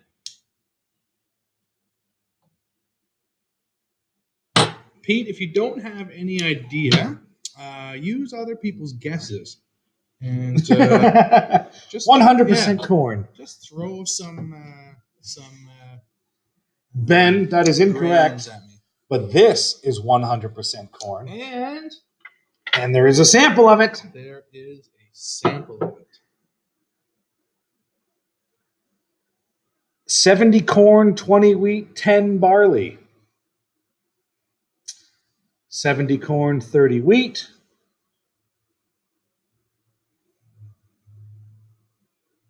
I don't think that's it. I'm pretty sure that's it. I don't think that's it. I think you're wrong. I thought that those were switched. I thought this is what switched. You better double check, man. Now you're fucking with me. That is not what switched. This is what switched. No. No. No, that is what switched. You're positive? Yes. You better fucking double check. I'm text right now. I'm text to be sure. Don't text, just check.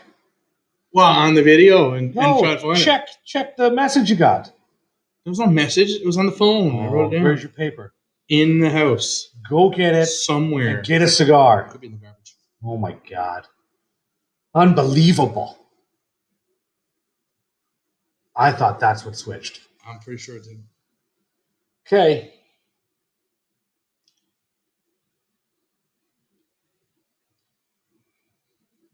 Fuck it. I'm just going to sit my Laphroaig and wait. Oh, shit. Oh my God. Because I kept saying, look how rye forward this is. Yeah. If he doesn't answer my text immediately, I'm calling him right now. Let's fucking do it. Oh, you're killing me, Smalls. How did we not have the fucking answer written down? I thought I had the answer here. We might have a winner, folks. We might.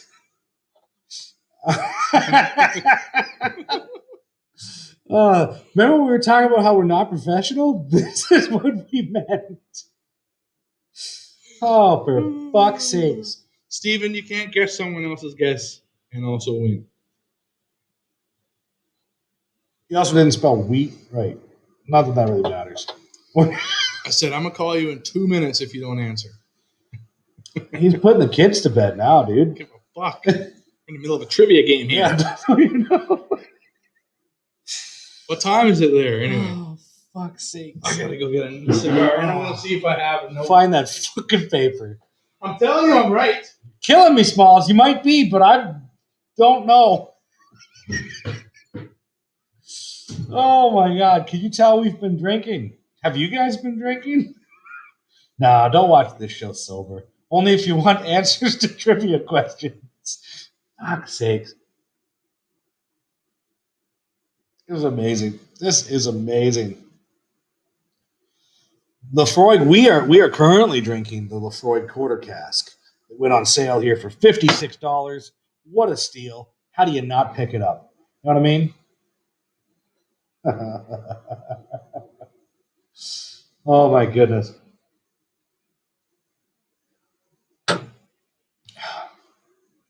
Were you expecting us to be prepared? No. We told you, don't watch us for information. Watch us for fun. Entertainment value. Oh, fuck me. Who was it that was mixing something earlier? I think it was Ben. You were mixing Laphroaig and something else.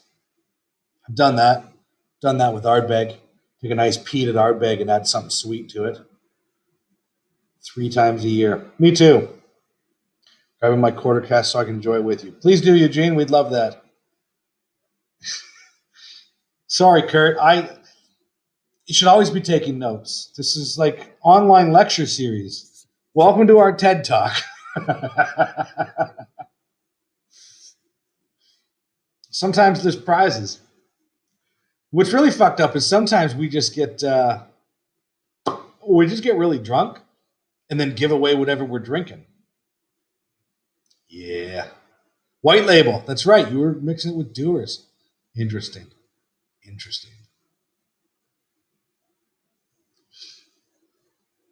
Josh thinks we have a winner. I think he might be wrong.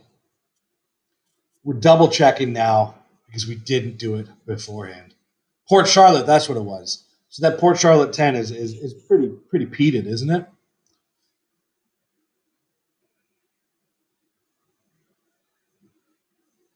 That's cheating, Peter. But whatever. You won't get points deducted for cheating.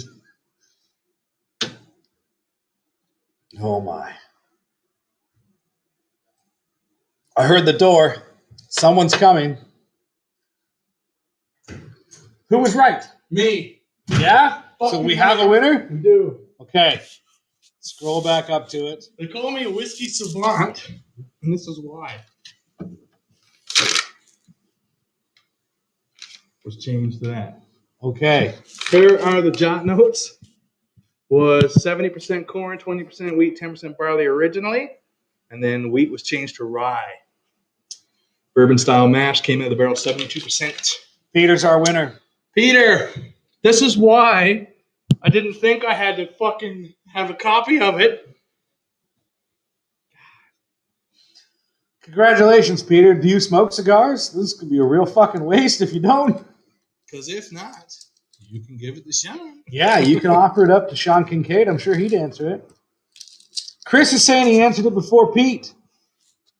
Oh, here we fucking go. He might have.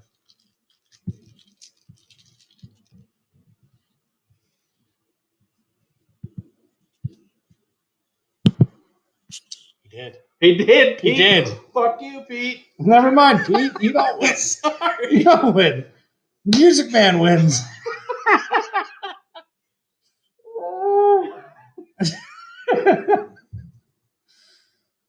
Oh, my goodness.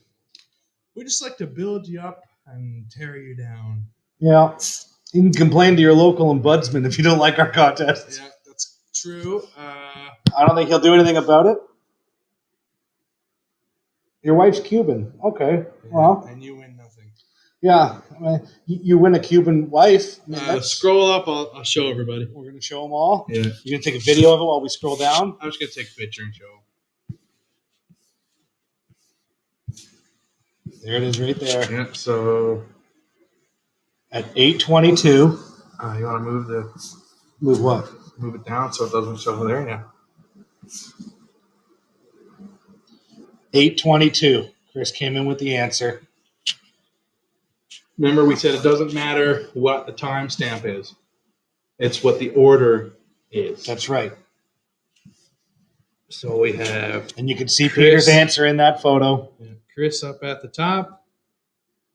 And we have Peter down at the bottom. Adam's saying that Derek got it too. How did we miss that? Yeah, we'll check Derek too. Yeah, we'll check. Go before 8:22. Derek said corn. Yeah, sorry, Derek. You said 70 rye, 20 corn, 10 wheat. Scroll up more. Because there's Chris's. Yeah, okay. He said 60 He said corn, 60 30 corn, wheat, 30 wheat, barley. 10 barley. Scroll up more. We'll make sure. 70 corn. Well, goddamn. Wheat. Yeah. Are these showing up late or something? No, but they come in real fucking fast. Yeah, go back up.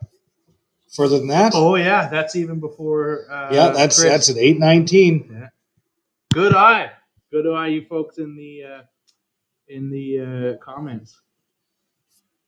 Yeah, and everybody else, fuck you. Adam, thank you, Adam. Yeah. Yeah. So who won? Technically, Derek won. Derek won. Derek is in the U.S. and he says he doesn't think we can send it to him.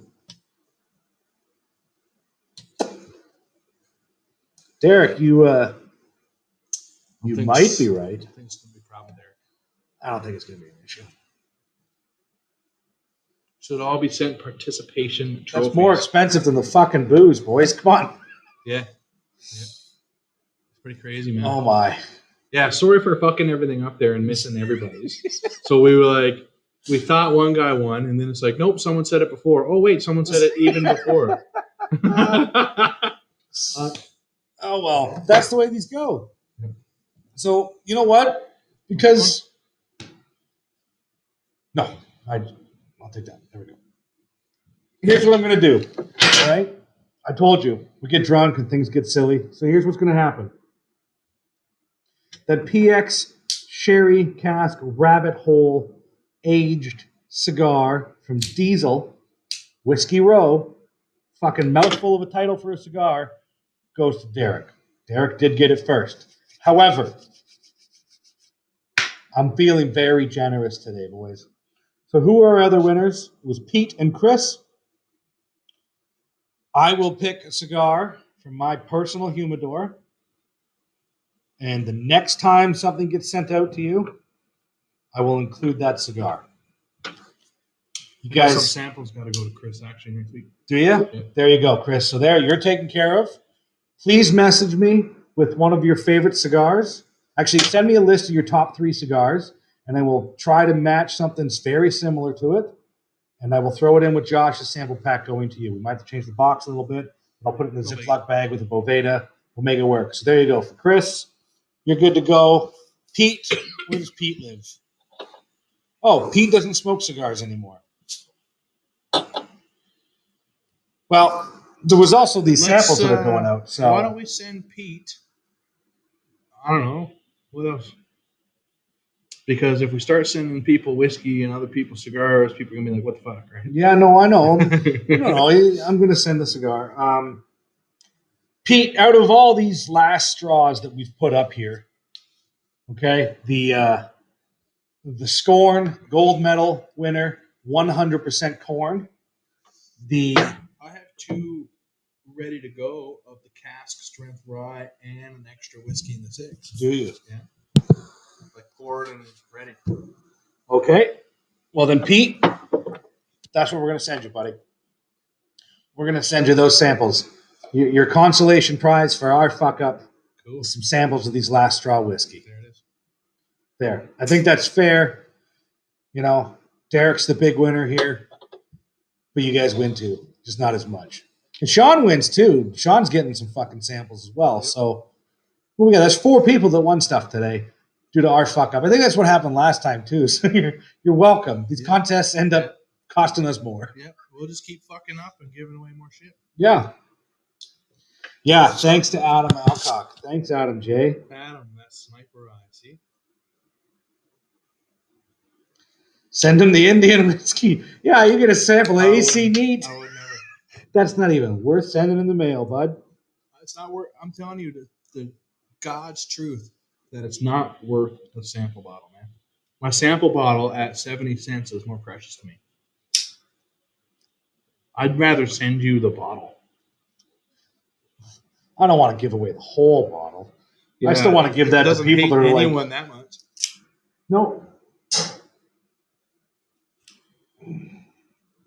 Wow, that was a fucking roller coaster. My audio is the same as Ty's Ty's quarter audio. cask to Ben Demon Hunter. Yeah, we both have the same audio. Don't you worry about Ben Demon Hunter. We'll take care of Ben Demon Hunter. Josh's audio is on the... It doesn't make sense. It's all coming from one unit. Yeah, it's right there. Yeah. Weird. I don't know how that could be. Is it because I was like this, maybe? Yes. Yeah. 100%.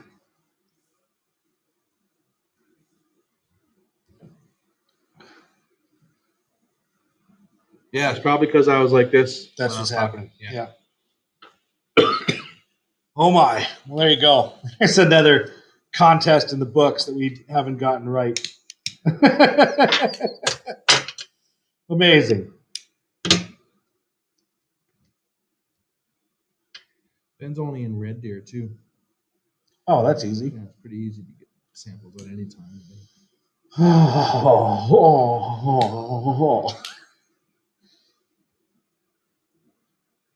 Oh man. Wow. That was fun.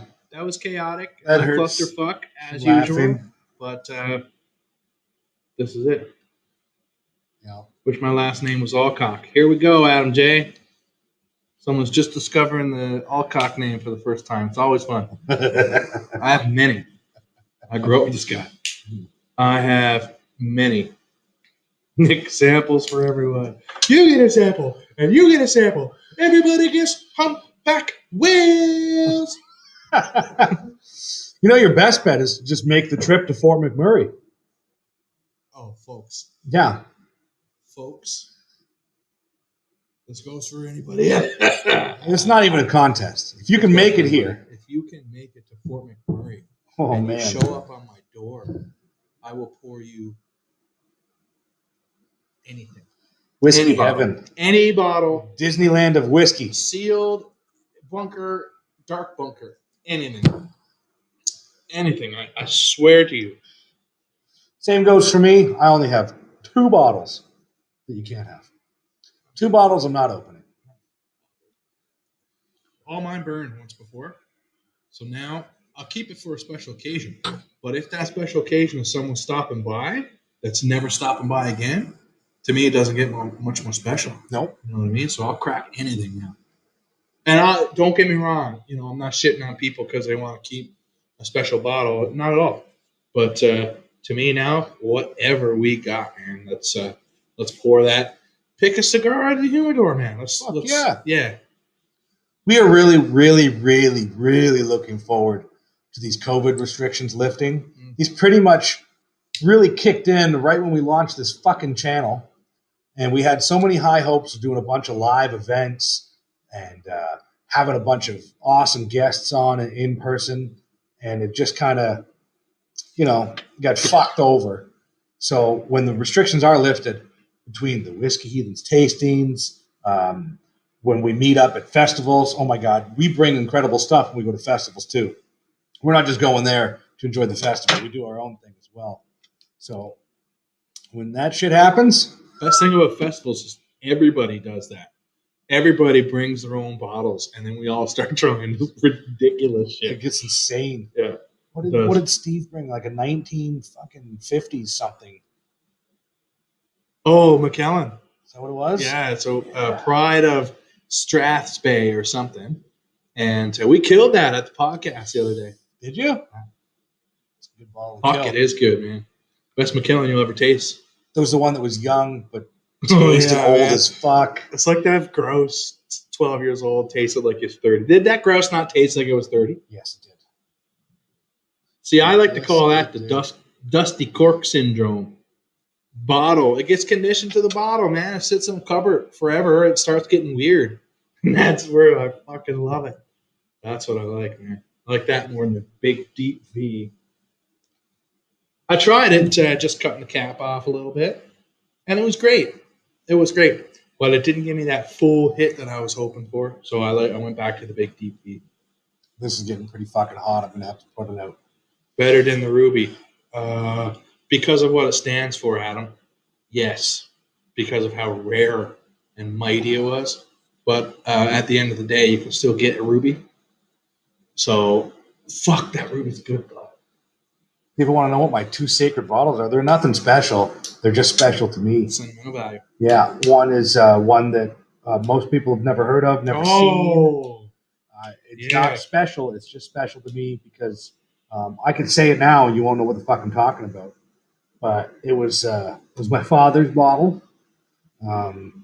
He's not dead or anything. He just doesn't drink. So, I mean, he's dead to the Whiskey Heathens. So I'm saving that. And then the other one, I don't even remember right now. It's buried away. I forgot about it. It's put in a very special locked cabinet in the gun room.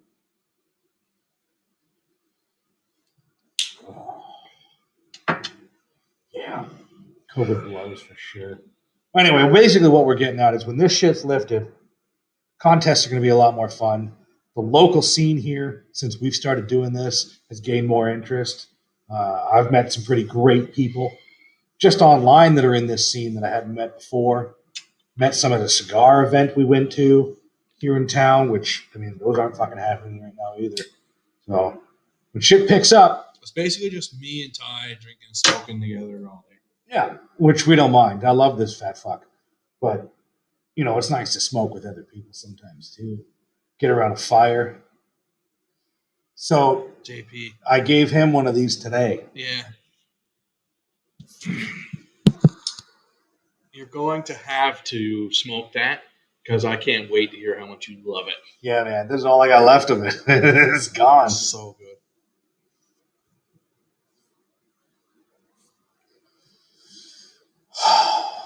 Oh, I'm sorry, Derek. We can't get into this today. Guns? Yeah, we can't get into guns today. Diesel is the brand. Yeah, let me find the label here. Oh my God, is it ever good? Diesel is the cigar brand. Diesel Row is the series they've put on here. And then there is a bottom label that was on it as well. Little extra. You're not going to be able to read it, but what it says is Rabbit Hole PX Sherry Cask from the Diesel Whiskey Row. It's aged in a PX Sherry Cask. It's very different cigar. I'm very happy with it. I hope that our cigar plug gets more from this Diesel Row because I'll be purchasing a whole bunch of them. So yeah, Diesel is the brand. You know, you're going to show a better picture? No, I'm messaging him right now. Oh, there you go. Yeah, Derek, you and I, we can get into that conversation. Congratulations on your purchase. The last Scorpion I had was a Sig, 1911. A Sig Sour Scorpion. It was nice, 45. But anyway, yeah, can't talk about that. Sorry, can't get into it. My heart's broken. Here in Canada, we're going through a bit of an issue, and if I get on that topic, I won't stop. So sorry. Another time. Follow me on Instagram. We'll chat about it. Ty Brand Company. Oh. Price range is that Diesel in? I don't know. I have no idea. The first one I got came in a sample pack of like 5 or 6 different cigars. That's the one I have. That I bought that sample pack, and then I decided I needed more, so I bought 5 more of the sticks. Gave one away to JP. We've smoked 2. Given one away in the contest. These mean 1. These mean 1.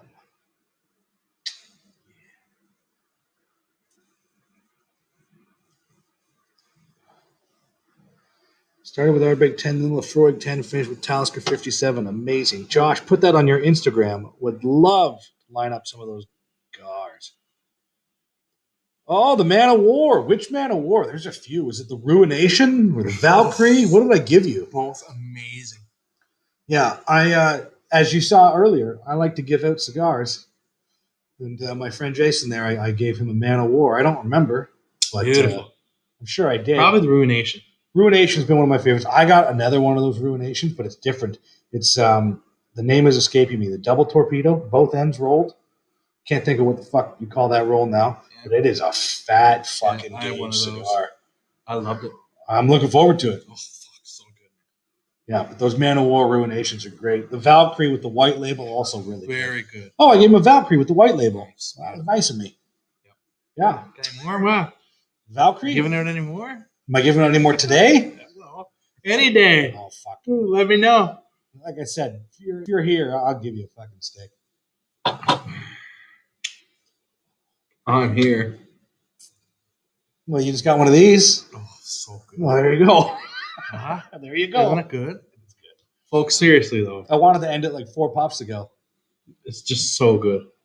Alec Bradley Black Market Punch. Big boy gauge size for a stick that's like 3 inches long. Oh, yeah. One of those fat stubbies. I got one of those Bulldog cigars. Loved it. Yeah? Loved it. The short one? Yep. Haven't smoked it yet. I was waiting. I was going to have that on like a quick little car ride. It's beautiful. Yeah? Yeah, I'm purged too. Yeah. Let's purge the garage out. And we were like, this here. I wish this Look camera at would show the you. cigar smoke stain. Is that what that is? Well, that's smoke. I'm tempted to turn the camera so they can just see the fucking smoke billowing Yeah, out, it's but pretty funny. they don't need to see what's over there. No, No. none of your business. Is it snowing?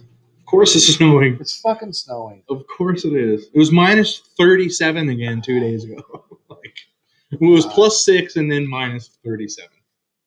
It's warmed up a little now. A quarter in it with Turkish coffee. I feel like I may have to poop soon. Oh, for sure. Take your laptop or your phone into the shitter. That's fine. We Yeah. designed our videos to be Yes. able to watch on the shitter. We condone that behavior. Yeah. Get into it. Right when the credits start to roll, it's time to wipe. Yeah, you're done. Yeah, but stick around because there's usually a little something after. It's supposed to snow till like 3 a.m. And sometimes in our little bloopers and our little after ones, we'll do a trivia and give away some cooler. We do like giving away shit. Just to show you how cold it is, I haven't taken a draw. That's just from opening the door and letting the smoke out. You can see now, though. Oh, there is a wall over there. That was smoky, eh? That was bad. Oh, man. That's how you always watch, sitting on the throne. Hell yeah. Cheers to that. Cheers. Cheers, dog. Cheers, y'all. Boom. Yep. You'll notice in some of the upcoming videos, and I encourage you to stick around to the end. Watch the full length. Don't just skip it once we've told you what's up. We started doing, sometimes there's bloopers at the end. Other times we've got this new thing called Misfortune Cookies. Yeah. I think that went up on one already. Can't recall. I don't recall either. It might have, it might not have. I don't know. But we're doing some fun shit. Quite literally, at the ends of the videos. That's done. Oh, that's hot. Yeah. Oh, fuck, that's hot. What's Canadian Outdoor Survival saying here? My wife won't let me watch the reviews anymore because Josh's signature intro keeps waking up the baby. I'm always watching in the shitter, the garage, the sun. Good. I've heard a few people say, going live. They're like, oh, God, the audio is just piercing so loud. Steve's still here. Do you recall the first thing you've ever said to me when we met face to face? Because I do. And I want to see if he does. I think he will. Yeah? Yeah. The Joker cut away. Yes, I did too. When he cuts away like that, man, oh, hilarious. One time I was like, well, I'm not a calculus teacher. And he fucking cuts to Jim Gaffigan like, I'm not a calculus teacher, but I think everybody's lying. That's my favorite. That's exactly what I said.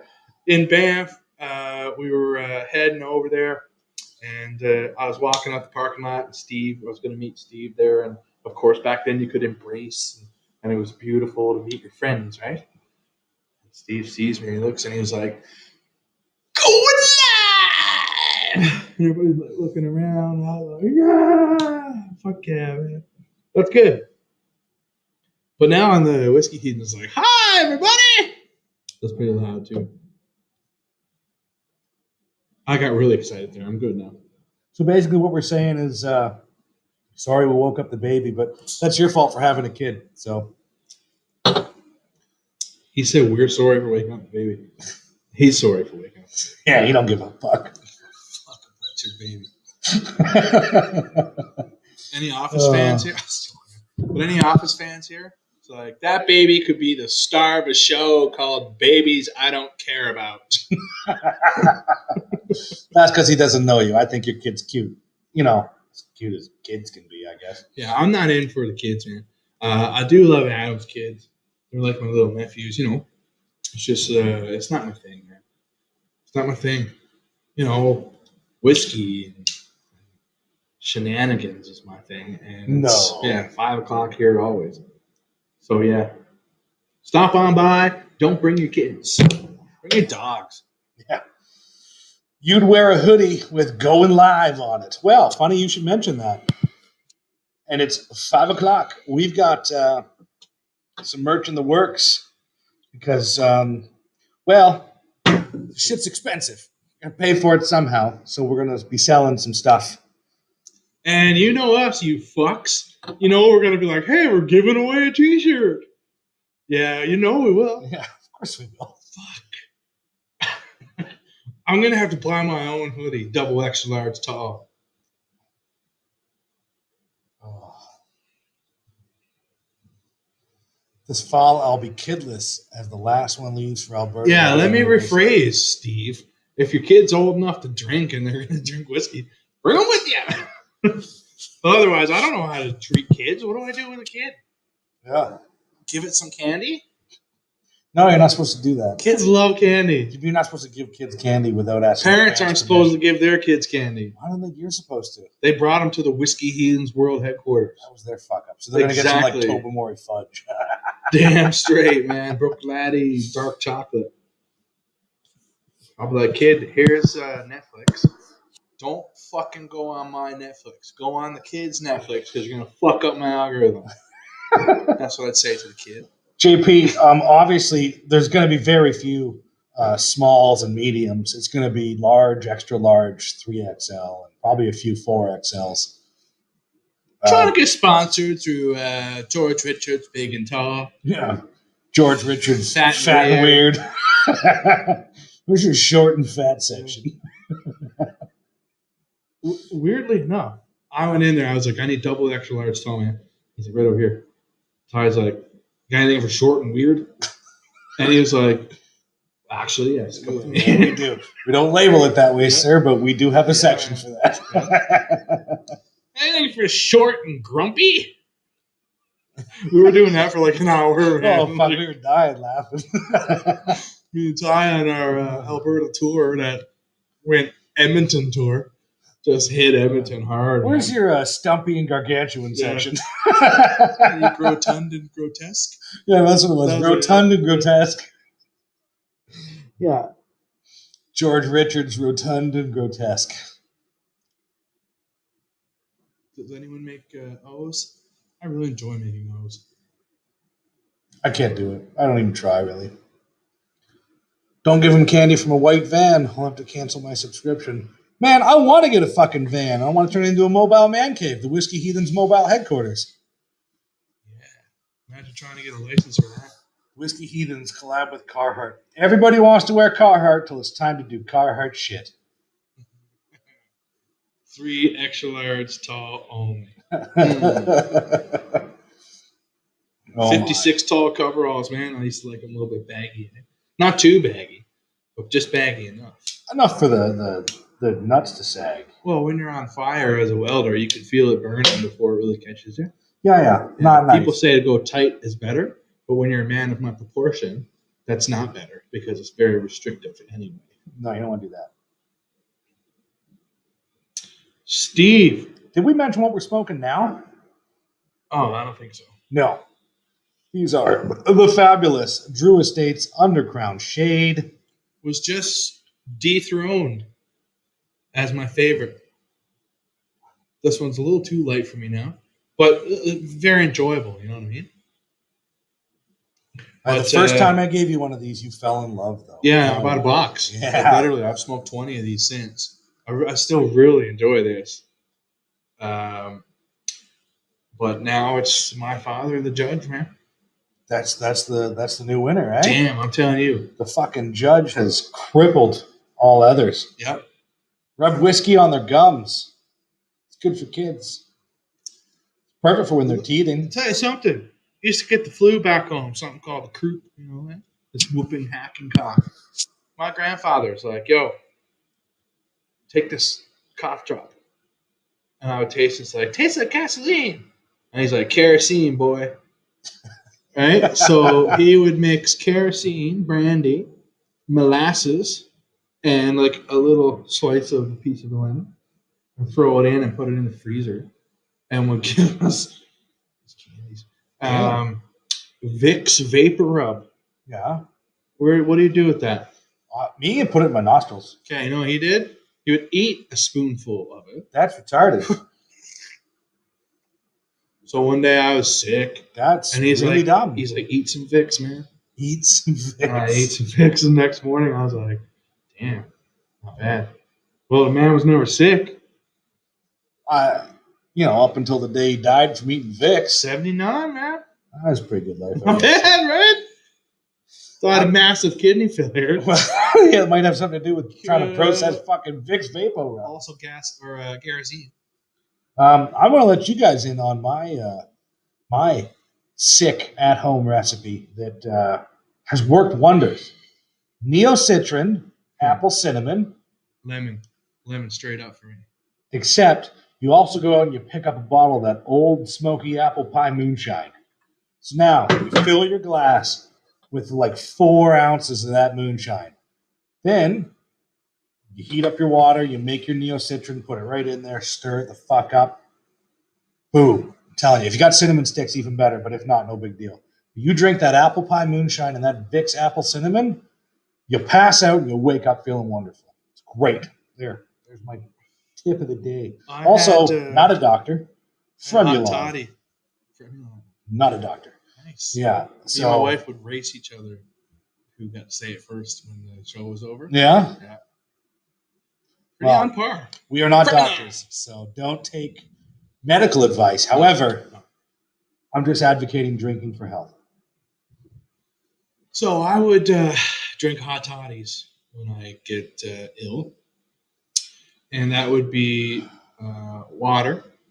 And in the water, or in a pot, I would put water, a couple slices of squeezed lemon and their rind. Just knock up a couple, couple cinnamon sticks, the bark, throw it in, bring it all to a boil. Right? You can make enough for probably 2 cups, for however much, maybe 3 cups with the water. So you let it boil. Once it boils, you take Amaroot, is what I used to use, 2007 single cask Amaroots that I used to get everywhere in Grand Prairie, Adam J, at Liquor Depot. And I bought enough of them to last me for a while because they were on sale for like 60% off. So I would use that. You take it off the boil, you throw it in a cup, you add the alcohol right away, and then you let it sit for 7 minutes, whatever. And then you drink that, man. You're good to go. A little bit of honey in there for taste, however you see fit. That's my shit. Look at this, Adam J. It says his pop will put Vicks Vapor Rub in his tea when he had a cold. There it is. That's fucked, boys. Crazy bastards, man. I don't condone that. However, whiskey is the water of life, and I condone that for health. Tam, yes, you do need to get the judge. Have you had the judge? Because, man, it is fantastic. What's this judge you speak of? Stephen would like to know. My father, Garcia and Garcia. Oh. My Father cigars. They've got a whole series. Josh is doing a ton of reviews on them right now. Have you put that review up? Which one, sorry? The judge. No, I'm almost finished it now. Is that going to be for you or for NGS? It's for NGS. I could throw it up as well. So there you go. We'll give them another plug because they're good to us. The Not Gentlemanly Cigar Smokers. It's a Facebook group. And it's also a fantastic website with a private, uncensored forum and tons of articles. Online magazine. It's an online magazine. Not Gentlemanly Cigar Smokers. And There's music reviews paired with cigars. Yeah. We do the whiskey paired with cigars. We are the official whiskey authors, whiskey experts. Yeah, there's barbecue. Like, man, there's all kinds of weird pairings. It's a fashion thing. Yeah. And then every month there is a Smoking Hot Lady of the Month. Fully nude. Super cool. There's giveaways. Yeah, they got awesome prizes. Like sponsored righteous giveaways. We keep talking about how we'll have them on eventually. But the point I was making was that Josh They are on Instagram. They are on Instagram, yes. I'll look it up and we'll put it in Josh will be putting up his review of the My Father Judge on that website, and it will be shared on Facebook and on his Instagram and Not Gentlemanly Cigar Smokers Instagram. So you should check them out. Well, you heard new, did you? Yes, the Smoking Hot Ladies monthly just started. I think it was only 3 months worth, but whoo, great photos, great photo set. Professional photographer shoots. While we're just talking about great photos, the gentleman that just left, he also has Whiskey Heathens Productions Alberta, where it's all whiskey and women photos. If you don't follow that on Instagram, you should. You should check it out, Stephen. It's good. Josh, I was just informing them about this guy that does this Whiskey Heathens Productions Alberta sexy photos with whiskey. Who? I don't know, some fucking douchebag in Alberta. Who said this? I did. I said this. But I figure you can let the people know. Well, I pop out real quick as well because. Two. All right.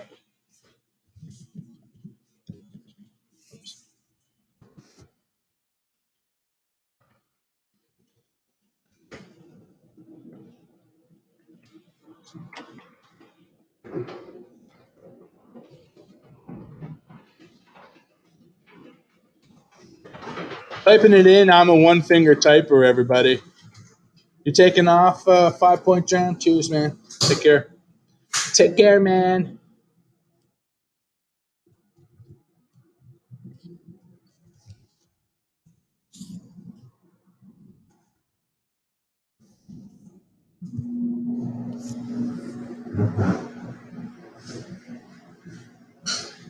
I had to crank up that heater a little bit. It's chilly.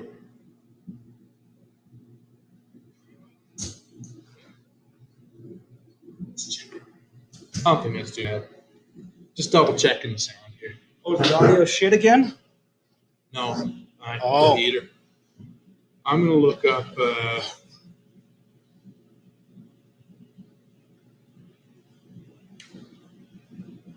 Oh, 5 Point Dram's out. Yep. See you later, buddy. Thanks for joining us. Greatly appreciate it.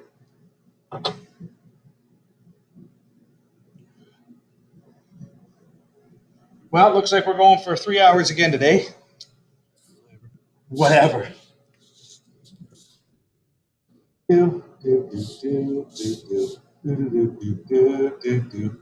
Come and get your love. Hi. What? Really copyright? Nah, I don't think so. I think it's okay if I sing it. I mean, it's not okay that I sing, but I'm doing it anyway. So yeah, folks, I put my WH Productions up there. Just a cool thing that me and my friends do, really. Get together, take some cool pictures. Some of my friends are models, so we have a lot of fun. And we also put up the Not Gentlemanly Cigar Smokers Instagram as well. There it is. There it be. I wonder, can we post a link that pops up? I don't think so. Look, if I copy paste you a link, Let me see. Let me see. let's try it. Let me see. If I right click, I could paste. So I just got to copy it. Yeah. You can send it through the book of faces. We'll do it when you can focus on the peoples here. Sean's got to go. All right, Sean, I get it. 3 a.m. sucks. I get to sleep in an extra hour more than you. Weird flex, but okay. So, good night, buddy. Thanks. Good night, Sean. Matthew Graham. Cheers. Didn't even know we were here. Matthew Graham, you're out. It's only early, buddy. Didn't even know when he popped in. What are you teaching tomorrow, man? 7 days in a row, up at 3 a.m. Yeah. Just killed the Kilcloman 8. Kilcloman 8. Nice. It's a good one.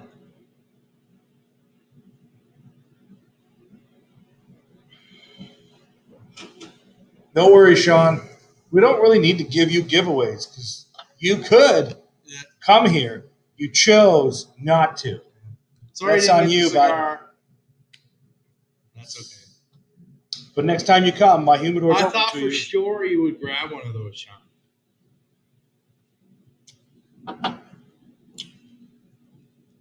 Oh my!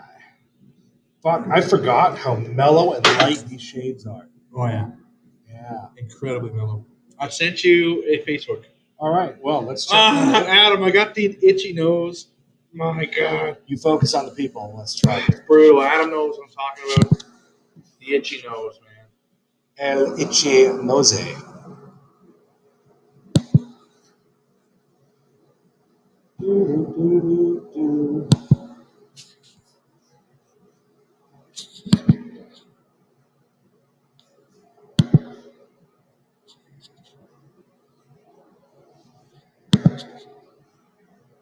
Um,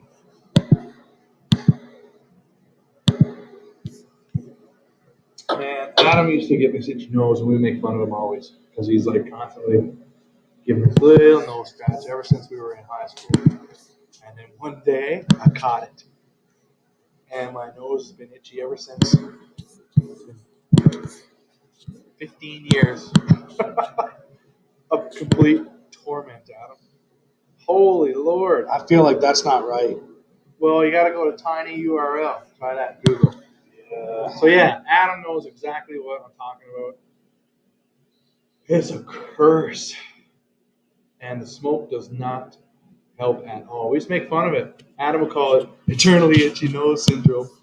And we were like, true.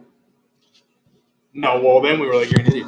But now we're like, very true. Oh, let's go to tiny URL. No, I'm not doing that. I'm doing this. It's the same one. It's not.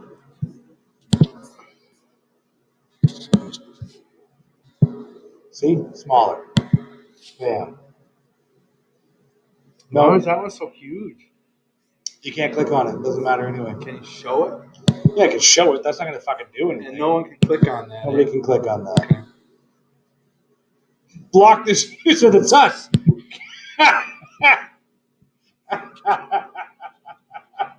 What would happen if we clicked on that? The world just implodes on itself.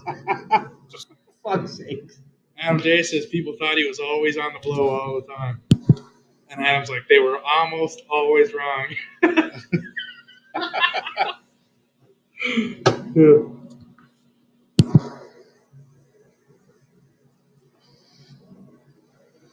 Oh my. Wait at the gate for a ride.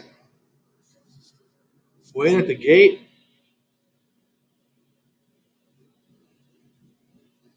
Skid steer, nice. I'm so jealous. I'm so jealous of your skid steer. I love teaching skid steer. I got to teach Ty skid steer. You didn't teach me fuck all, but I had to do it anyway. It was super fun. It's good to watch someone who's used to operating equipment come in and operate because they're just for certifying. Yeah. So, like, you can tell them, like, hey, I need you to run through my course. Or you can say, hey, man, have some fun in this. Let me watch you for a bit, right? And they get in there and they're doing cool stuff. That's what I love to see, man. I was like, run through the course, which you did. Yeah. And then I was like, practice for 15 minutes. Now I'll take some notes and stuff. So just watching you, like, move around, how quick and fluent he was on the controls. It's really nice to see because a lot of people who come in to our facility are complete amateurs. And they're just learning, and they don't know what this lever does. They're dependent on you to tell them. Right? So an operator comes in, they're just like, I wish we could smoke cigars in the yard. Fucking right, so if we could. Yeah, why can't we? Your practical's an hour today. Right? Yeah. Oh my.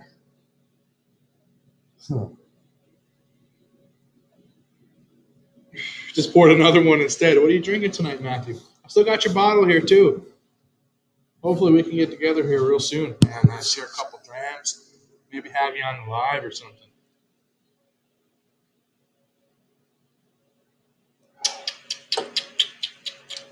That's peaty. That's good. What are you craving? You probably want more of that Virginia Black, I bet. No, I'm gonna try that Berg again here. The Berg? Yeah. The Berg. The 50%/48% Berg. Don't forget, folks, water. Water's your friend. Absolutely. Look at this. Look at this color. Just to compare, just so you know. This is a young whiskey. Put that back up. This is the Laphroaig quarter cask. That's the color difference. Light doesn't penetrate the surface. Look. Whew. This is good. I mean, it's not like something I run out and grab, but I'm so happy to drink Todd's bottle. Oh, poppy pop pop. Synthetic cork, I notice. Yeah, a lot of people are going to that. Yeah, it seems to be that way. I don't hate it, but I do like the old corks. And sometimes the old bottles will break in there. And that's really fun, too. Is that laser engraved into the top? Yeah, I'm going to pour myself a double. Why not? Let me see that cork. Is that laser engraved or laser etched? Yeah. Oh, it is too. Cool. Cool.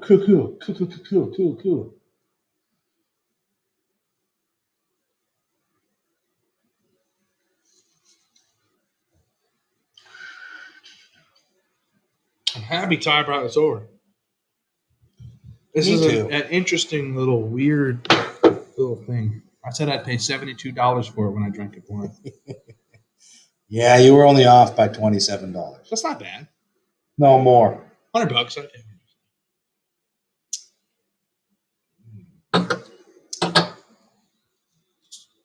Got to bounce. Thanks for joining us again, Tam. You have a wonderful night, sir.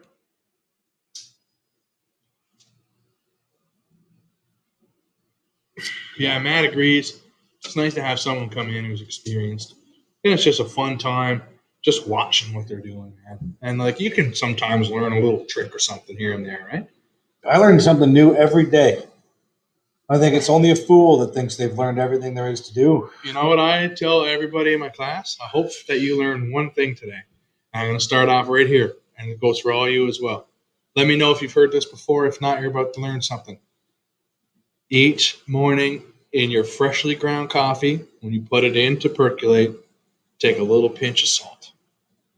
Just a little pinch. And put it in the grounds, put it in, hit your button. The salt mellows a slight bit of the bitterness in the coffee and makes for a much smoother experience.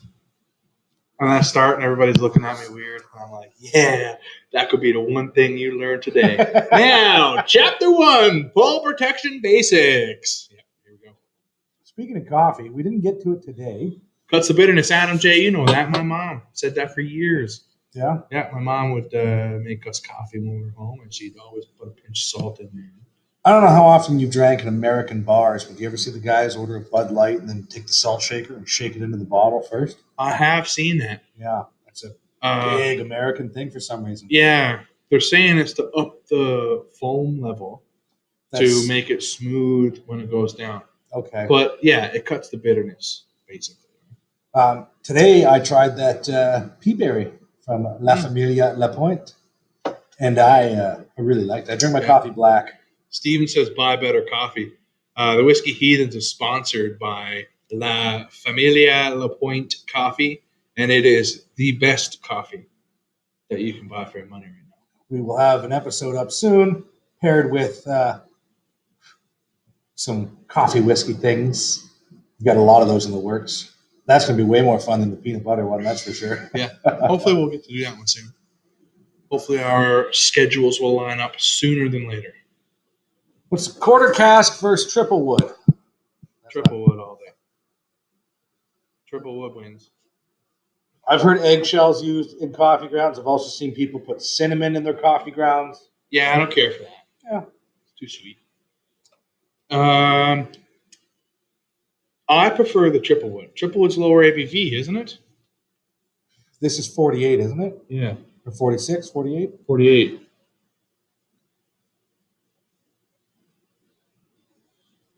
Or the Springbank 10. Nice. I love Springbank 10. I love their core range. Man, their core range is rum good. cask bullshit. Yeah, this bullshit rum cask. Will you fuck up? I wish you'd fuck off with the rum cask. Now, sometimes, like in certain 21s, it's nice, but it's not all rum. It's got other things that complement, right? What's the ABV? I don't see it here. You got that triple wood in front of you, Ben? What's the ABV on that, bud? No, it's 48. It is. Yeah. It's just better. It's smoother. The 48% is like, man, everybody's bottling shit at 43 and 46. And then fucking Laphroaig comes on, 48%. Beautiful. The triple wood, I enjoy the triple wood. I find it's a more approachable sweetness. It doesn't have the intensity of the oak of the quarter cask. No, the triple wood's more like a woodsy berry kind of sweetness.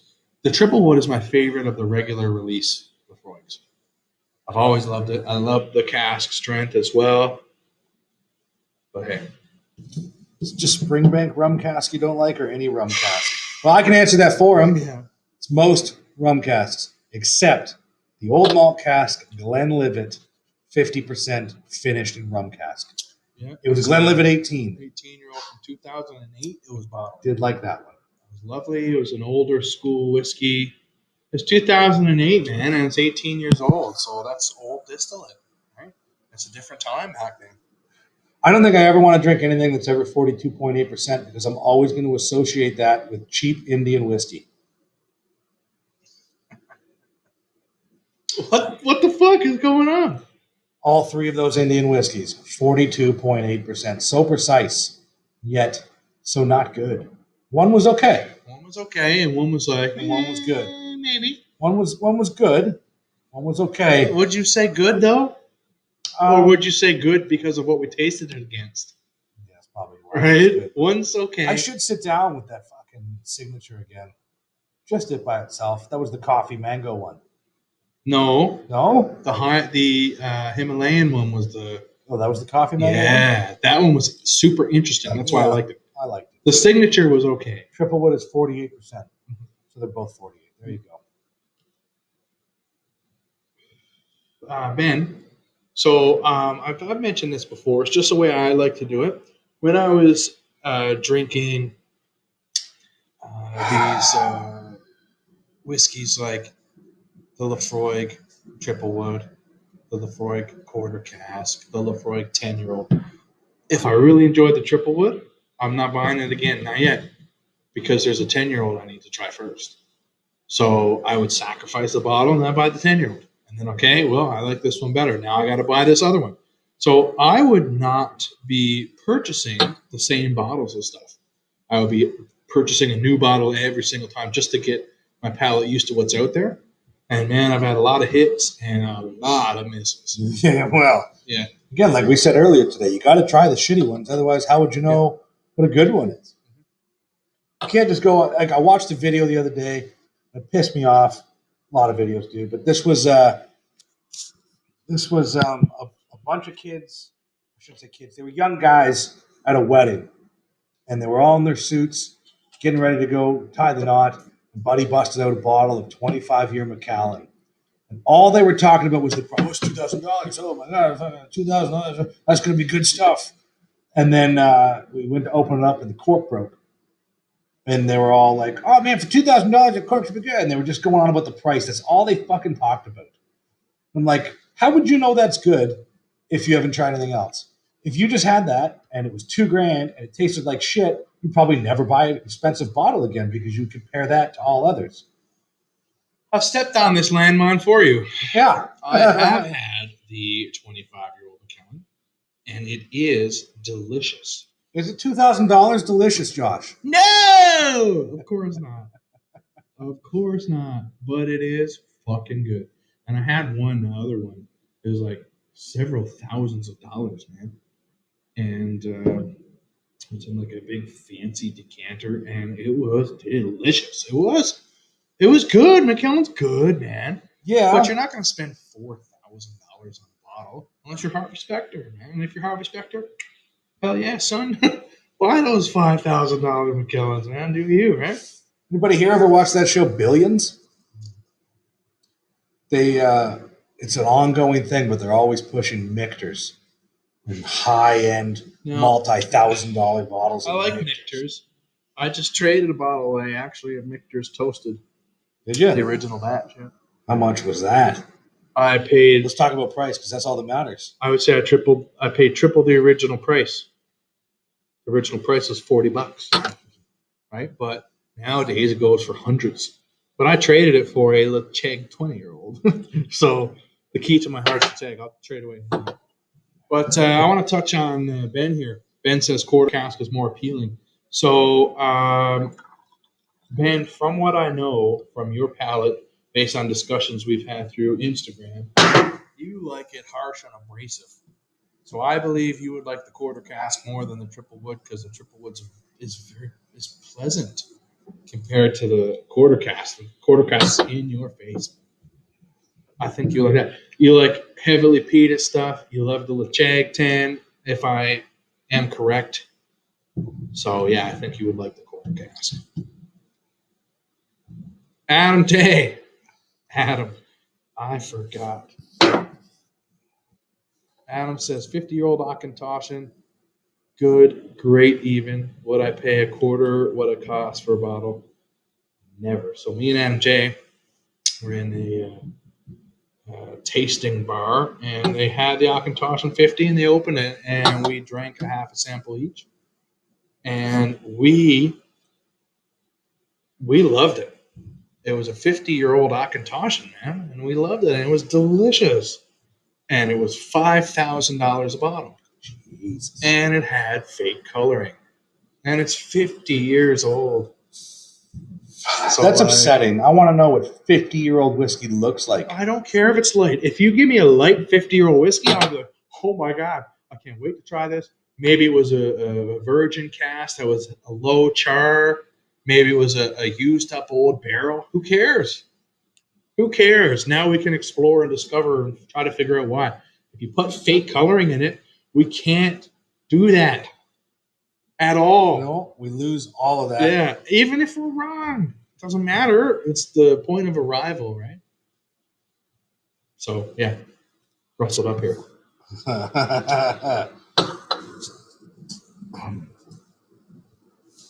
So Ben says the more heavily peated and sweet it is, then Ben, I think you would enjoy the triple wood more because this one's a little more abrasive. The triple wood's a little sweeter, man.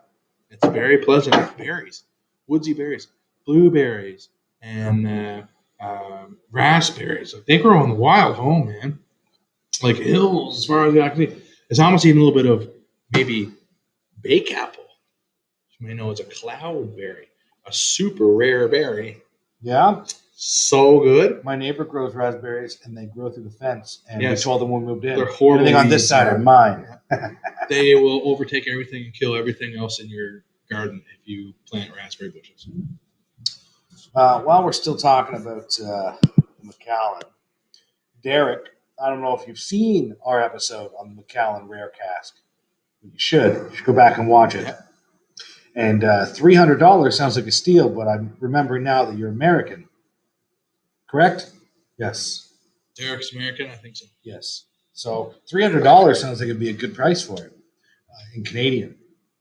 Sadly for us, that was roughly $500 for a bottle. Yeah. I paid a little less because I picked it up on a sale, which I often do. And we enjoyed the rare cask. But as you said, we need to factor price in every bottle that we buy. And if you buy a $23 whiskey like we tasted blind today, would you pay $23 again? Not $27. $27. Is it bad? Is it good? You don't stop asking yourself that question, folks. And ask Do you yourself, like it? yeah, is it worth what you pay for it? My buddy Kevin used to sip something and he'd say, ooh, I ain't mad at that. So like if you pay $27 for it and you're going to finish that bottle, what I'm always curious to know is, are you okay with what you paid for it? Yeah. Are you like, shit, I wish I didn't pay that? Because there's whiskey out there for me. I think you said you'd pay $37 for it. So that'll be an I would upcoming pay episode. 30 if I seen it on a shelf a little bit above eye level that wasn't hundreds. I'd be like $37. I'll give it a try. Yeah. Because it would go on sale for 33. Yep. We're both now drinking the Berg again. Yeah. The High Coast Berg from Sweden at At 50%/48%. I say that because it says both on the bottle. The front label says 50 and the back label says 48. If you missed it earlier, we cracked this one we cracked it blind. Josh didn't know what he was drinking. I thought he had never had it before. Silly me for assuming he had, but I'm enjoying it. It's, I think It was either 100 or 108 bucks. It's sweet. The PX is definitely there. It's good. I do like it. We will have an episode coming up where we go more in depth. It's just because we answered here. We still would appreciate if you'd watch that video and give it a thumbs up. But it's good. It is good. I'm happy I bought it. I'm not disappointed.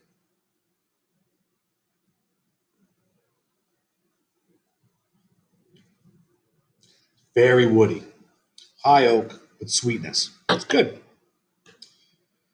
From the shoulder, that black art is worth what I paid for it. Hey, that's all that matters. Johnny Blue for $350. Nope. I think I found it on sale for $240 US. Pretty good deal, I guess. Really, I mean, for you to try something, especially if you love Macallan, right? Johnny Blue is about $150 to $170 US around here. Oh, it's roughly $350 here, if not more. I think they had the Johnny Blue Ghost, and that was $500 and something. So, yeah, it's a little bit higher. Quarter cask is American aged oak. If I could get blue for $80, I would drink it. You can. You can get it for free if you're ballsy enough. I mean, it is COVID mask season. I'm not condoning it, just saying. You could.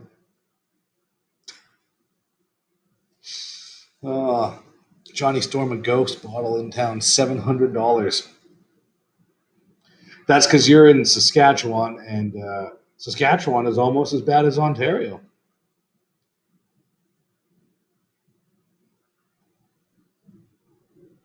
Oh. Yeah. Still pay $95 for Boona 12. Man, we had Boona 12 on sale here for like $80. I picked up a few bottles. Well, let's not get Josh started on Boona Hobbin right now. Do that another day. Yeah, what else? I think I found I'm enjoying the less expensive bottles lately, get more for the money, plus my palate isn't developed enough. So I take that into consideration as well. If I pick up a bottle like this that's 50%, or when you pick up a bottle of cask strength for like $60, $70, whatever it costs, you're basically at 65.8%. You water that down to bring it to a level that you enjoy drinking it at. Maybe it's 45, maybe it's 50. You're essentially getting, a quarter of a bottle more, sometimes a third of a bottle, depending on how you drink it, right? So buying higher ABV alcohols is sometimes a good deal, especially if you water your stuff down. Now, that's hard to drink at that 65. Not hard to drink, that's the wrong term, but it's more enjoyable for me when I water it down. So I would. So yeah, pick up a cask strength of anything, really. Then you can determine what ABV you like drinking it at. You can taste the different flavors. You can try all kinds of different things that way. It's a good way to do it. Get it in Alberta for about $60 a bottle when I come out. I'll pay the BC ripoff prices. Well, there you go. Oh, man. What do you got? Oh, my. What is this now? So we'll pick it up. Oh, yeah. Chocolate dip to go with my Berg and cigar. What's the Berg like? That's what we were just talking about. That's what I was answering while you were talking. Scroll up a little bit here. Okay. Up. Okay. It's good. The salt, here's where I left. Disappointed. Yeah, okay. This is a Freud quarter cask, 100% ex-bourbon casks. No, I think it starts in Maker's Mark casks and then goes to quarter casks, which are What's it say? smaller size casks.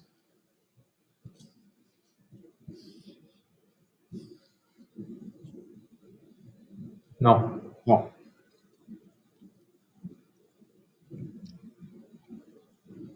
We're reading. We're finding out. Yeah, I'm almost sure. It's Maker's Mark and then quarter casks. Then we got on about Johnny Walker. I've seen someone said they don't like Johnny Walker. They don't like it at the price point. And Steven said he's never been a Johnny fan. I bet I could change your mind. Well, Couple gooders. Ooh, picked up a Bona 12 on sale for Father's Day. $50. Nice. What were we getting at that age? $60? Mm-hmm. Yeah. 118. That's the going rate. That's too much. 145 US? Yeah, that's all they're also though. About 180 now. Canadian, but you can't find it because Joe buys it all. Good day, Scotch Down Under. Yeah, Joe relentlessly and mercilessly slaughters Bona 18s. Man. He loves it, eh? He had like 15 empty bottles that he was waiting to recycle when I was there. Yeah. That man's a hero. Yeah. Scotch Down Under, all the way from Australia. What the fuck time is it, bud? You just wake up? It's got to be Monday morning there. It's in the future. Wow. You have any winning lottery numbers? What's the markets opening up at? Should I buy Tesla stock today?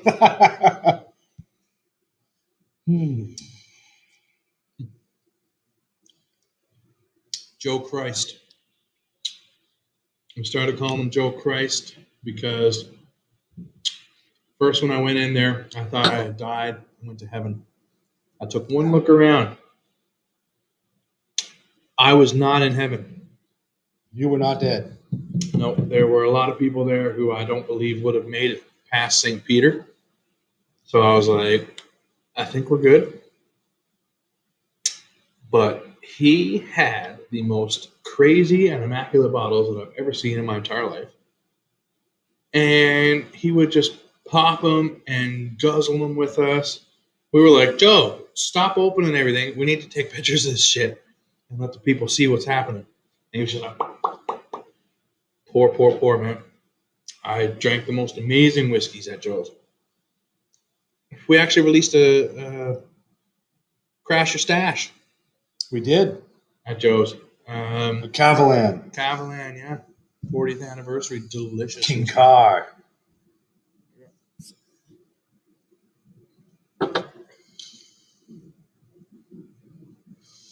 Did a 10.5-hour live stream.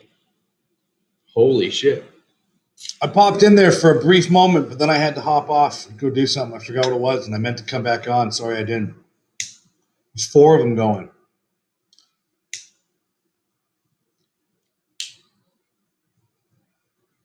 $12:30 on a Monday in the afternoon. Jesus.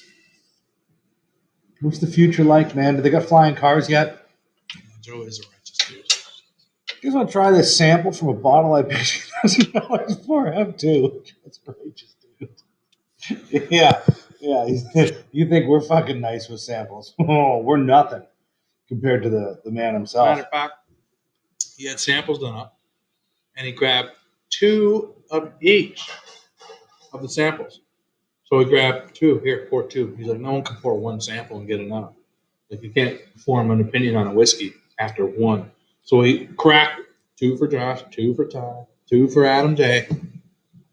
Tully Barden, 1960 something. The fucking cola. Yeah, one of the craziest whiskeys. You think this is dark? This is nothing. It was black.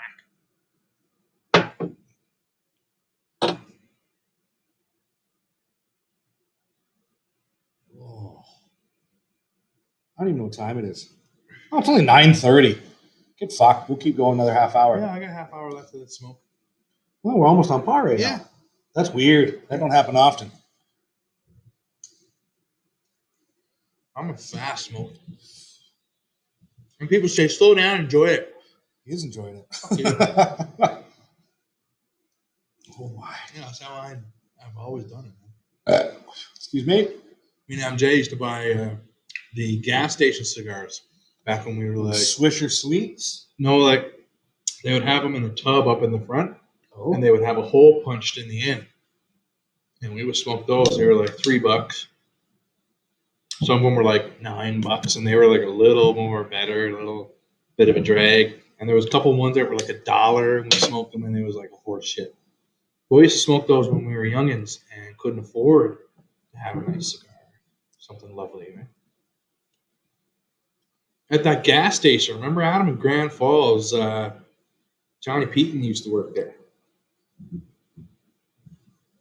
I don't know who that is. It's one of our old friends.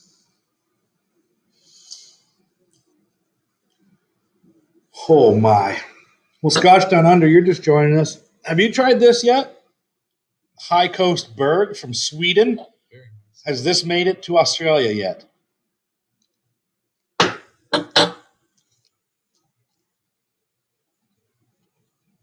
Bona 12 is $82 in Quebec. Expensive. Yeah. I misspoke. I said we got it for 80 here, but I meant 60. Go on sale. 60, 65 regular price at Ace around the corner. Yeah. And on sale, yeah, you can get it for 60, 56, 57. Ben said he got one for $50, wasn't it? Yeah. Oh my God, Steve.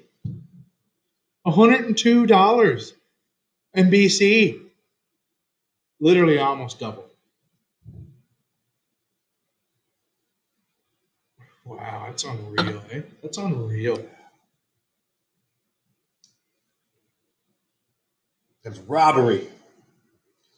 That's what BC stands for, though. Bring cash. You pay that sunshine tax and whiskey tax, tobacco tax, gas tax, land tax. For that price, buy all the Buna. Fuck yeah. We've gone through quite a few bottles of the Buna. I'm almost empty on my one at home. I'm gonna have to go grab another. I used to buy the minis as well. Get Yeah. the minis for super cheap. It would be like a little Ritz thing at the liquor store, and they'd have a bin full of minis, like great minis. And the Bona 12s would be here all the time. 15s, 18s, really? yeah.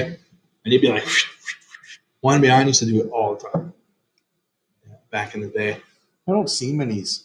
Many minis. Check Wine and Beyond. Certain ones will have a big thing full of minis. You should check that Yeah, out. and they got like a bunch of cool Duras there. People shit all over Dura because it's mostly horrible, but not all of it. So yeah, you can taste your way through it for pretty cheap.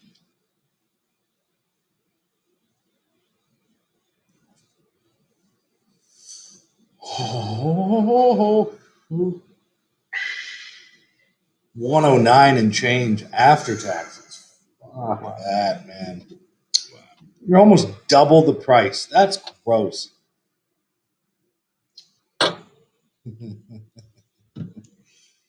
Oh man. $100 for Buna in Australia. It's BC prices in Australia. Well, actually, I don't know. The Australian dollar is almost on par with Canadian, I think. I'm not sure for sure, but Let's find out. okay. Let's Google it. We have the technology. Looking up Australian to Canadian dollars.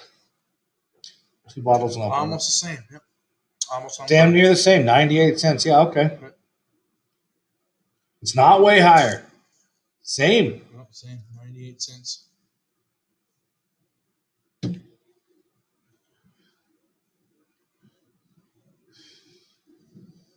I haven't been to Australia in like 7 years. 8 years?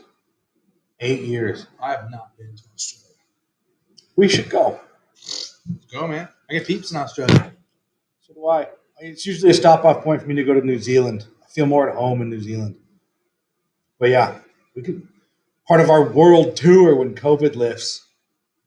Yep. Scotch Down Under, you want to have us on your show? We'll gladly come in person. We'll bring some Canadian whiskey for us to try. Some Claire. I'll wear the same T-shirt 4 days in a row just so I have room in the suitcase to bring fun stuff. Pack it all into a Pelican case, pressurized, crush-proof, dust-proof case that can release pressure when it's on an airplane. Yep, it's the bomb.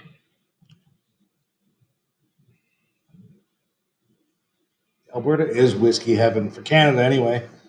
We are, I think, the best province for booze. Oh, it's not that. Yeah, we get, I won't say lucky, because it's not lucky.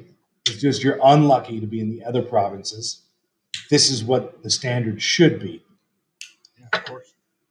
Yeah. Free market, man. In Canada, what the fuck? Yeah, it's brutal.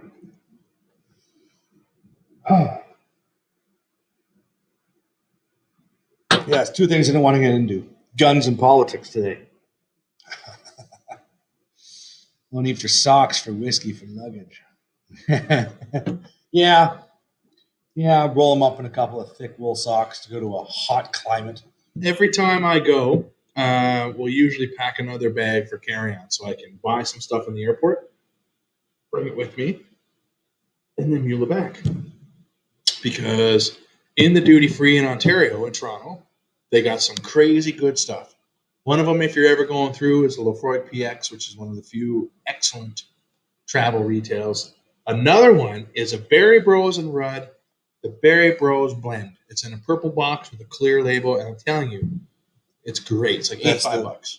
What's the cheap one that you gifted to me recently? Isn't that $50? Berry Bros blend. Oh, that's a. I'm sorry, Chivas Brothers, not Berry Bros. Chivas Brothers. The Berry Bros. I forgot I gave you that. Well, good. You gave it to me. I'm glad that you're enjoying that. Isn't that great? It is. It is fantastic. God, it's so good. It's so good, man. I hope to find more. Me too. I don't know if we will, but I hope to find more. That's the Berry Bros Sherry Blend, folks. $50. Great. Matthew Grahams has been 10 years since he's been in Australia.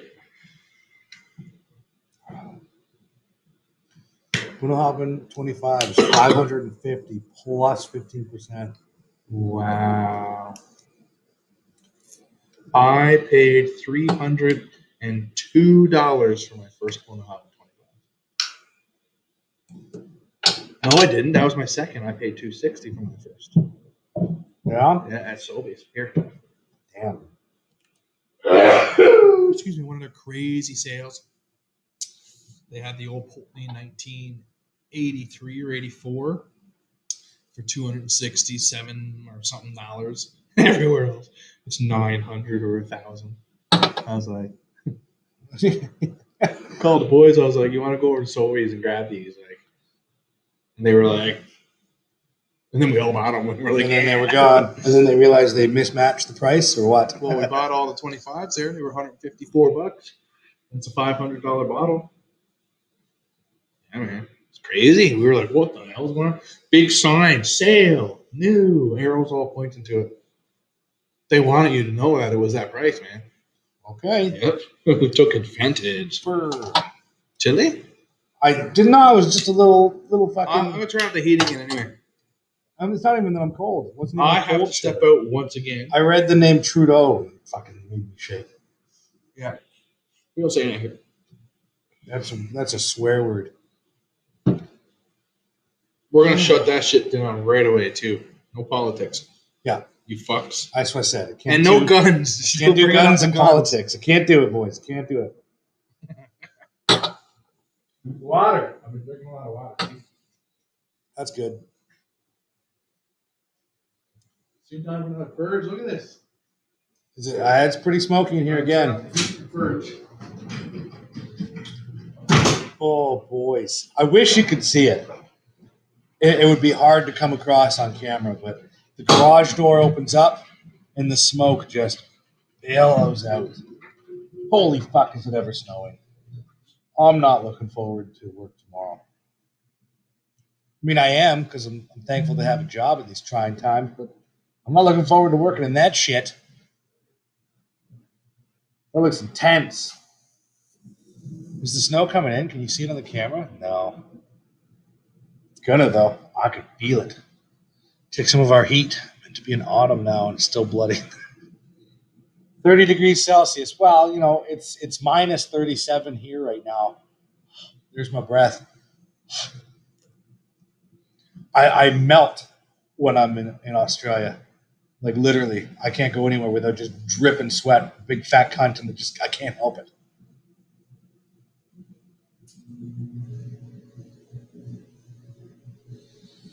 Daniel Alexander. Yeah, that's right. Like I said, if you guys really want to talk about firearms, you can hit me up on Instagram at Ty Brandt Comedy. And I took down all my gun posts and shit, but I'll gladly have that conversation with you. I used to be very big in the firearms community. I was very involved. I'll leave it at that. We can chat more about it another time. I melt all day, every day. Of course you do. Of course you do. It's so fucking hot there, man. Like the last time I was even watching anything about Australia was it was a tattoo show out of Bondi Beach. The show got real stupid, putting in all their drama and garbage, but they were still producing some awesome tattoos. But I was just like, I couldn't look at the people walking down the street breathing like dogs just ran a fucking marathon. Oh man, I mean, it sounds nice at this moment in time because of that,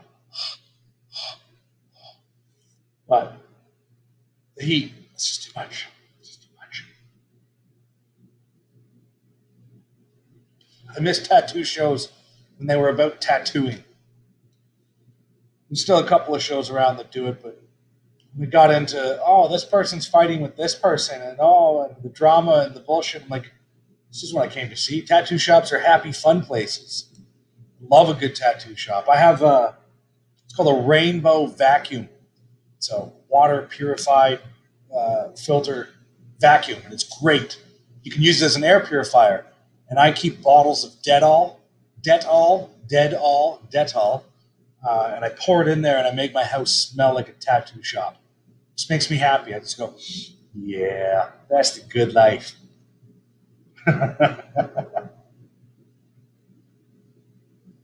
Oh, man. Sounds about right with the drama. Yeah, it was horseshit. It was upsetting. My wife just started her Harry Potter sleeve. What? Sick. She's a big fan of Harry Potter, and I don't mean this as an insult. I'm genuinely asking because I did this to a girl once. She loved Harry Potter, and during acts of intimacy, I would pull out and scream, "Expelliarmus! 10 points, Gryffindor!" Have you ever done that to your wife? You should. It's fun. Watch their reaction. Yeah. I taught scuba there for almost 2 years. So I got to spend a lot of time in the water cooling off. That's true. That does make it a bit easier. Also makes you burn a lot better. Craziness in tattoo world got me off of it. I only get tattoos in places where I live 6 months plus. You gotta. Well, fuck it. We'll talk about it. Josh isn't here. I'm a big fan of the ink, but I prefer a good shop. I prefer private studios myself, where I can go and drink while getting tattooed and share drinks with the artist. I even flew in a tattoo artist from New Zealand, and I built a studio in the house. We had a bunch of my friends come and get tattooed up. It was a good time. It was a lot of fun. Let her call you a fucking idiot. At least you get to do it once. It'll be fun as hell. Every once in a while, there's Everybody's laughing hysterically. What happened? I told a joke.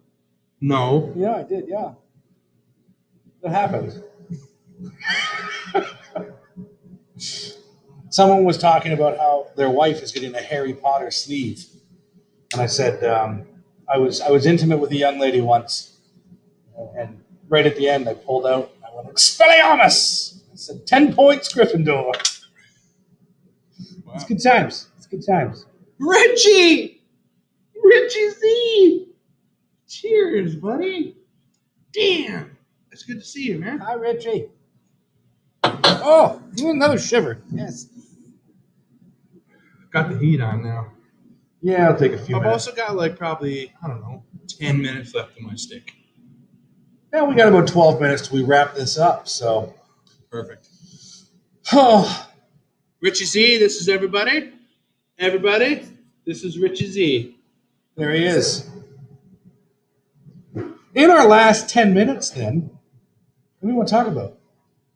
That's not related to guns, politics, or the beautiful weather in Australia and the shitty weather here. Okay. Yeah. What can we talk about? What's something good? What is something good? I'm excited for the Zen Garden. I was talking with the wife today of something we're having built in the Zen Garden. I'm looking forward to using it. I have a very chatty neighbor, super nice guy. He always pokes his head up over the fence when we're talking. And she said, you should let him know when you're going to be recording or going live. I'm like, no. It'll be more fun. Just have him pop his head up over. He's like my Wilson to my Tool Time. Oh, yeah. I'm like, hey, Brian, what's happening? It'll be fun. Oh, yeah, man. Current favorite daily drinker? That's a great question. What's your current favorite daily drinker, folks? I'll start. For me right now, for bourbon, I've been thoroughly enjoying that Wild Turkey Long Branch. Oh, the Long Branch. I have It has grown more on me, taste of man. that, yeah. I am liking it. I'm going to pick up another bottle or two. Folk and Mesquite was having a party at the lake house this weekend. I made my fucking text tone, bud. Here, you should do this. Text me right now. Send me a text message. I want you guys to hear this. This is the text tone for me when my phone gets a text message. This is what it sounds like. And then I'll tell you what it is if you don't know already. Did you guys hear it? Did you hear it? If you heard it, that is Matthew McConaughey's laugh. Oh, thanks. I like your text. Appreciate that. Oh, yeah. Yeah, Matthew McConaughey did some commercials for his whiskey. It's pretty fucking good. So that's been my daily bourbon. Steve's drinking Bona 18 daily. Ben is drinking the Glenmore Chardonnay. You know what? I almost grabbed that today. I almost also grabbed it yesterday. I was looking at it, man. I was like, shit, maybe I should go back. No, I was going to bring my open bottle tonight. I was going to buy it at the liquor store. Because And I I was was like looking $35. I was looking for gin, yeah. The Glenmore Chardonnay, I tasted my way through that entire line. And the Glenmore Chardonnay was the one that I enjoyed the most out of it. It was the most complex I found. Scotch Down Under, daily drinker alcohol. Richie Z says, whatever you just bought. Oh, you got the Port Charlotte now, Ben. Nice. My daily drinker currently is the famous Grouse Naked Grouse. You do love that. I love that. Enough to stock up my caseloads. Yep. Super easy to drink.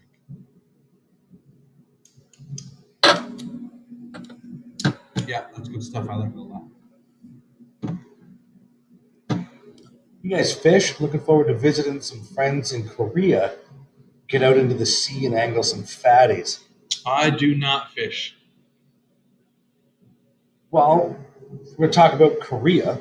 There is a comedian from Newfoundland that lived in Korea for 2.5 years teaching English, and he now lives in Thailand.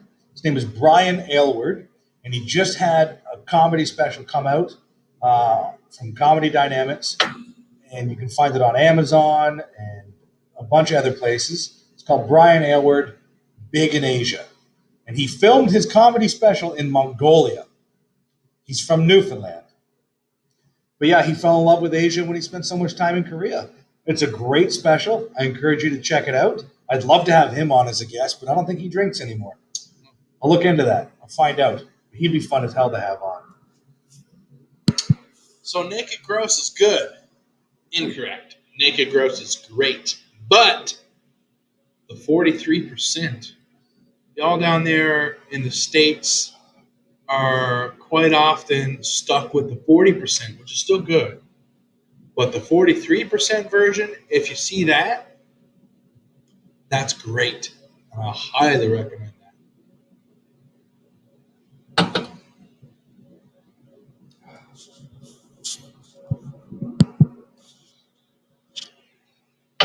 I don't know if you really want it.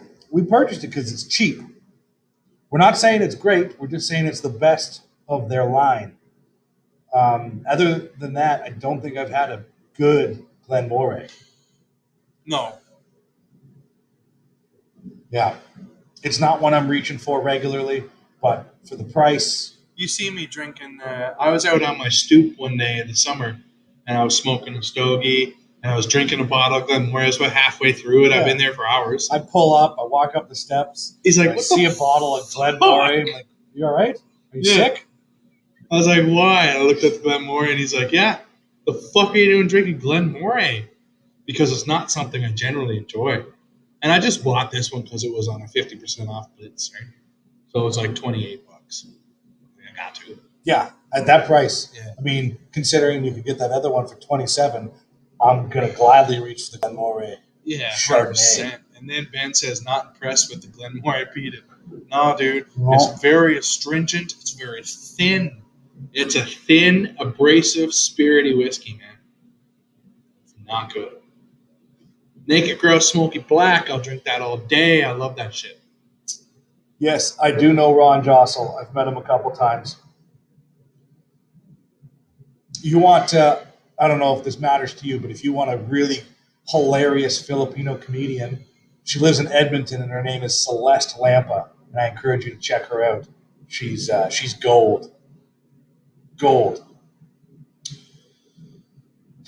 It sounds wrong. What sounds wrong? Oh, Glenmore peated sounds wrong? I don't know, but it is. It's not good. I have this weird whiskey memory. I had a bottle camping years ago, out by like Barhead somewhere, and I remember taking pictures on the dock, and it was raining. Yeah, It looked pretty. It looked cool. It was fun, but I was like, glad this is gone. Then I fucking opened a Dalmore 18 like a grown up. Yeah, I had a 15, 12, and an 18, so I obviously killed the 12 first. It was 15, the 18 little small sampler packs. Yeah. Gorgeous. I love buying those. Again, sale. Everything goes on sale, and that's when I like to grab some cool stuff, right? Scotch Down Under is basically telling us that we're a bunch of fucking retards. Glenmore is pronounced Murray. Yeah, it's stupid, but that's the way they say it. Glen Murray. Yeah, but we don't have Scottish accents. If we said Glenmore in a Scottish accent, it would be Maury. You know what I mean? So Maury Povich. Yeah. I'll give you guys a quick little tip. It's just fun to play at parties. But if you ever want to say Spice Girls in a Sean Connery accent, all you have to do is say Space Ghettos. Like poor people housing in space. Space Ghettos. Space Ghettos. Say that in a Sean Connery accent, and that's how you say Spice Girls. Yeah, there you go. Give it a try. Go for it, Josh. I forgot what you said. Space Ghettos. In a Sean Connery. Space Ghettos. Space Ghettos. Just check the garbage bin. My Naked Gross was 43. Both of their Naked Grosses were 43, so that's good to hear. That's the good one. And Richie just had his first Laphroaig 10. What? And it's great. Yes, it's the one that started it all. That is the one. That's the one that kicked off the journey, isn't it? Kicked off the Laphroaig heavily peated journey. Yep. Like I said, Springbank kind of brought me back in because I was just pretty much sticking to Laphroaig. Oh. So yeah. Look at our beautiful hair. We never showcase it. It's always hidden by hats. We're not bald. Yeah, someone thought I was bald. I'm looking forward to getting this green screen so we can just display background photos of all these different distilleries. Yeah, or pictures of us in Just shenanigans. put a naked butt right there. Yeah. Thighs tattooed butt. No, I meant like a good-looking one. Like one of the beautiful ladies from Not Gentlemanly Cigar Smokers, or perhaps a background photo that the Whiskey Heathens Productions Alberta has taken and posted. That would be way nicer than this tent and this fridge. Yeah, a lot of beer in that fridge. We were going to drink beer tonight and we forgot. It's not outside, is it? No, I have glasses outside chilling. And it's like basically a blizzard. Yeah. Yeah, it's fucking stupid out. Look at Josh, the Blackadder Raw Cast Laphroaig is worth the price. Every Laphroaig is worth the price. And you can quote that. Every Laphroaig is worth the price. Well, you're talking to, we determined Canada for sure, but probably North America's biggest Laphroaig fan, Laphroaig fan Right there. Electric.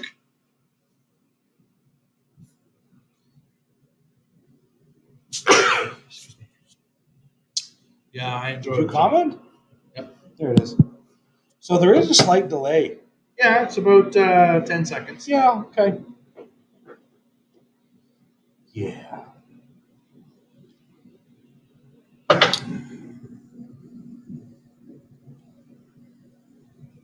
Well, I said we were going to wrap up now, but I still got 10 more minutes. I got about 7. Yeah, we'll carry on then. Lucky you. Thanks for sticking around, guys. What's it been, 3 hours? It's been 3 hours. Yeah. Wow. Our lives are going longer and longer, but we keep having fun. So why not? That 42-year-old, the 42-year-old Laphroaig is amazing. It's amazing. Is it $5,500 American amazing?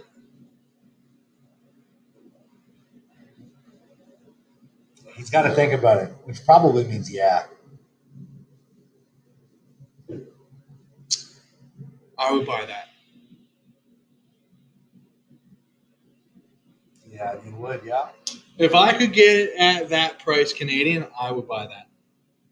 Because it used to be about 4,800 Canadian, and I would buy that. But like, it's only because of my weird love for Laphroaig. So It's not weird. They make a great product. I like it because it's a little bit left to center, man. You know, it's not everybody's Laphroaig, but it's mine. Yeah. Thanks, Richie. I appreciate that. I'm going to have another one tomorrow morning. I've picked out a beer that was given to me today that I'm going to drink tomorrow morning. It's a strong beer. It comes in at over 11%. And I'm really looking forward to it. It's called Founders. Never had it. Cool. I'm really looking forward to it. I think that's going to be a great way to start the day. Yeah. It's American, but apparently it had a Mountie on the label once. Yeah, it's a very rare label. It's the old label. Yeah.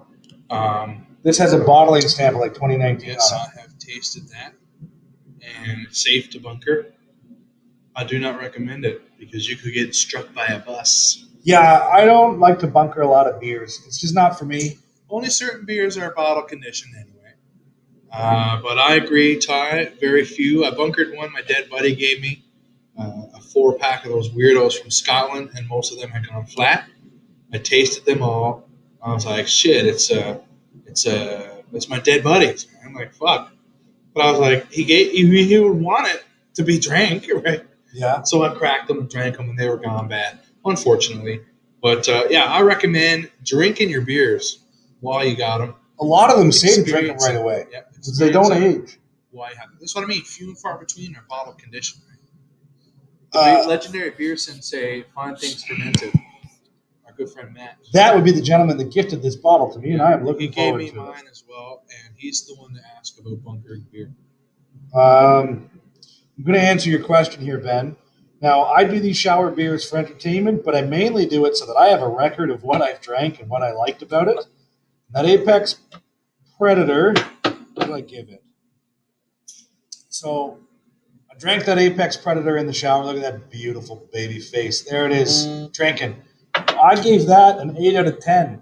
He said the Black Spruce Porter, located just outside of Edson, is a fantastic way to start the day.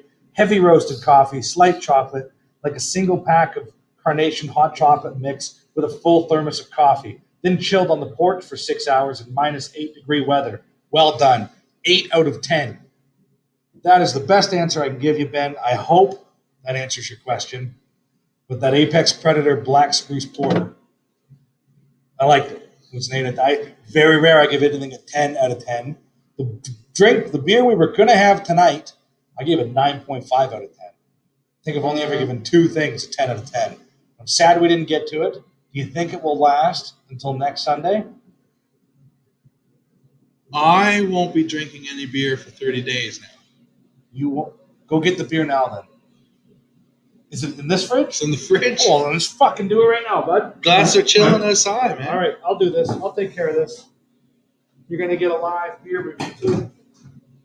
Are you getting the 9.5?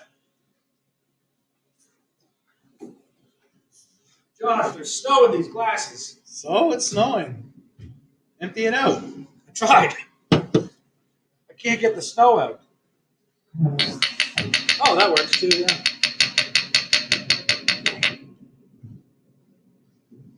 Oh, man. Okay. Did you show them what we're having? Nope. Would you like to pour it? I'll let you pour it. This is a beer that I drank in the shower from the can, not a glass, and I gave it a 9.5 out of 10. I think Josh is going to love it. I know that I do.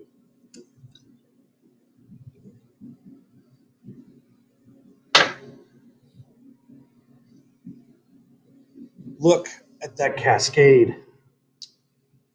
Look at that falling. That is fucking beautiful. There it is. This is from Hard Knocks Brewery out of Black Diamond, Alberta. This is the Winter Warmer Ale. It is a strong beer at 7%. It has vanilla extract and ginger in it. I know it sounds like a weird combo, and I didn't know what to think when I first tried it. Goddamn, well, let me tell you. I like to let my beer sit for a couple minutes. I'm gonna let that head die down a bit. Yeah. We are sharing a can, so. Yeah. And I like to pour a nice fat head on one of these if I can, because not all of them you get that lovely head. Some of them you can pour out and it immediately falls, right? So that's the thing. I drink these in the shower. A lot of them should have the respect of being put in a glass, but ain't nobody got time for that. I still got my hair and my balls to wash I got and drink. So I am a little bit pretentious with beer. I do not drink beer out of a bottle or a can ever. okay. It doesn't matter what beer it is. I'm going to pour it in the glass. And the reason I'm using standard run-of-the-mill beer glasses is because I shattered a couple glasses here lately. I put it outside at minus 42, and then it went minus 62. And when I pour a beer in it and put it down, went to grab it, Yeah, that's dangerous. shatters all over the table, man. So yeah, I like letting it do its little thing here for a bit.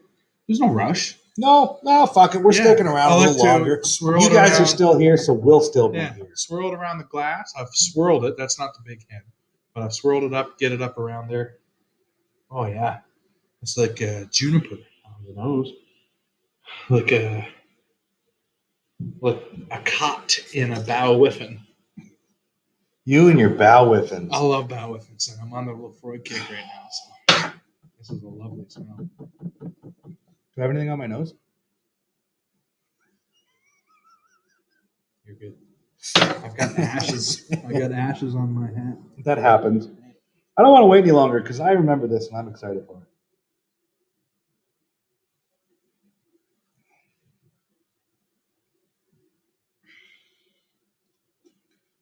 I'm going to hold off. I really want to hear his opinion on this before I say anything else.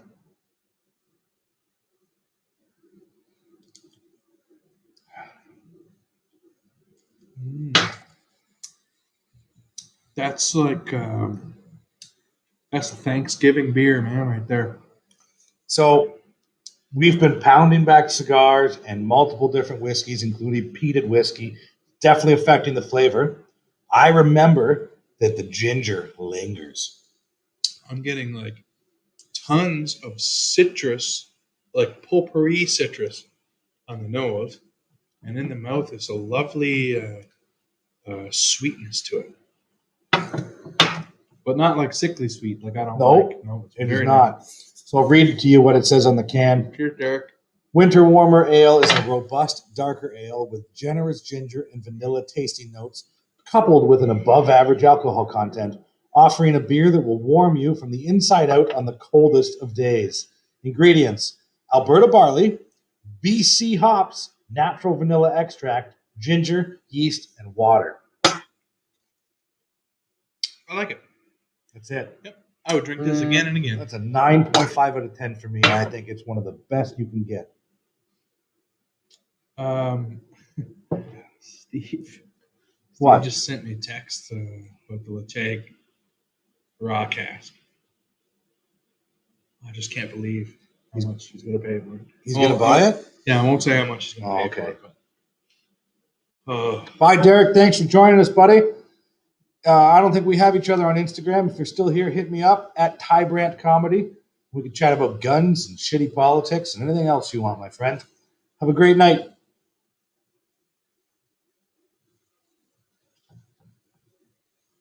Apex in Edson is good. They have a White Raven that I've had. That Black Spruce Porter was great. There's a lot of good beers coming out of there. They've done a few others.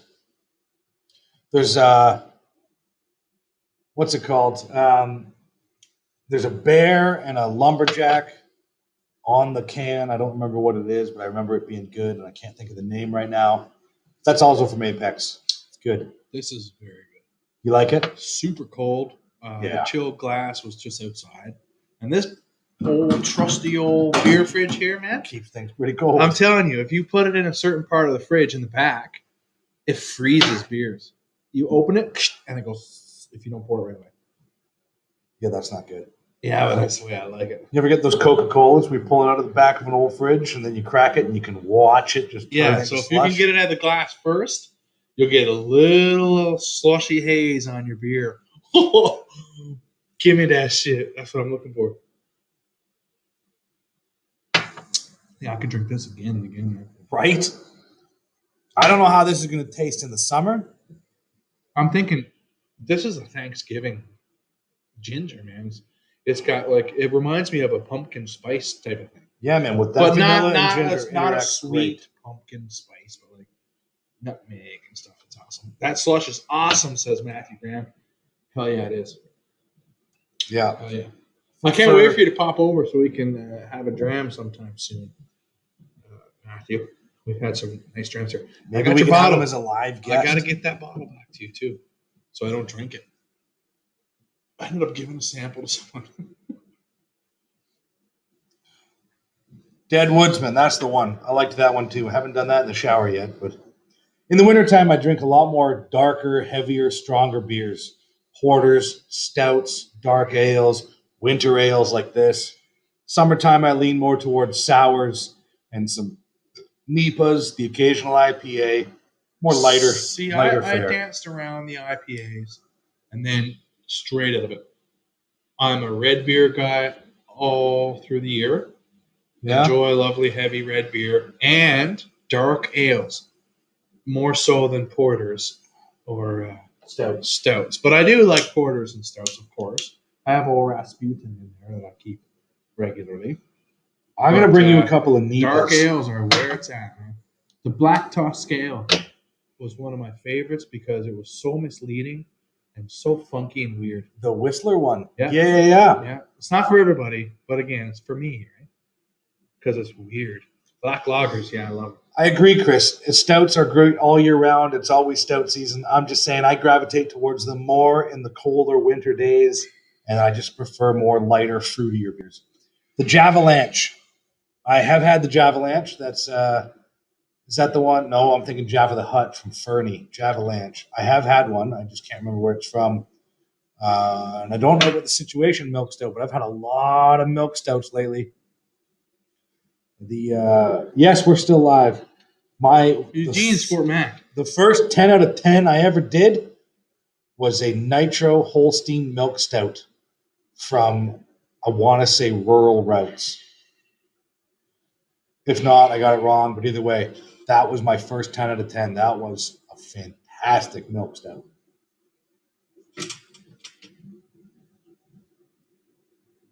The black beer, the Black Hand of God. I have not. See, I enjoyed this.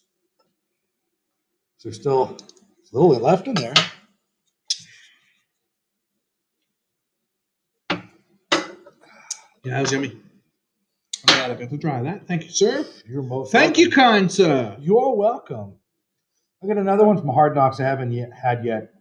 Burning Fuse or something. We were going to do the kitty viddy as well. That's for you for your review. Cool, man. Thanks. Well, there's 2 cans there, I think. Yeah. I enjoyed it. Ty didn't so much.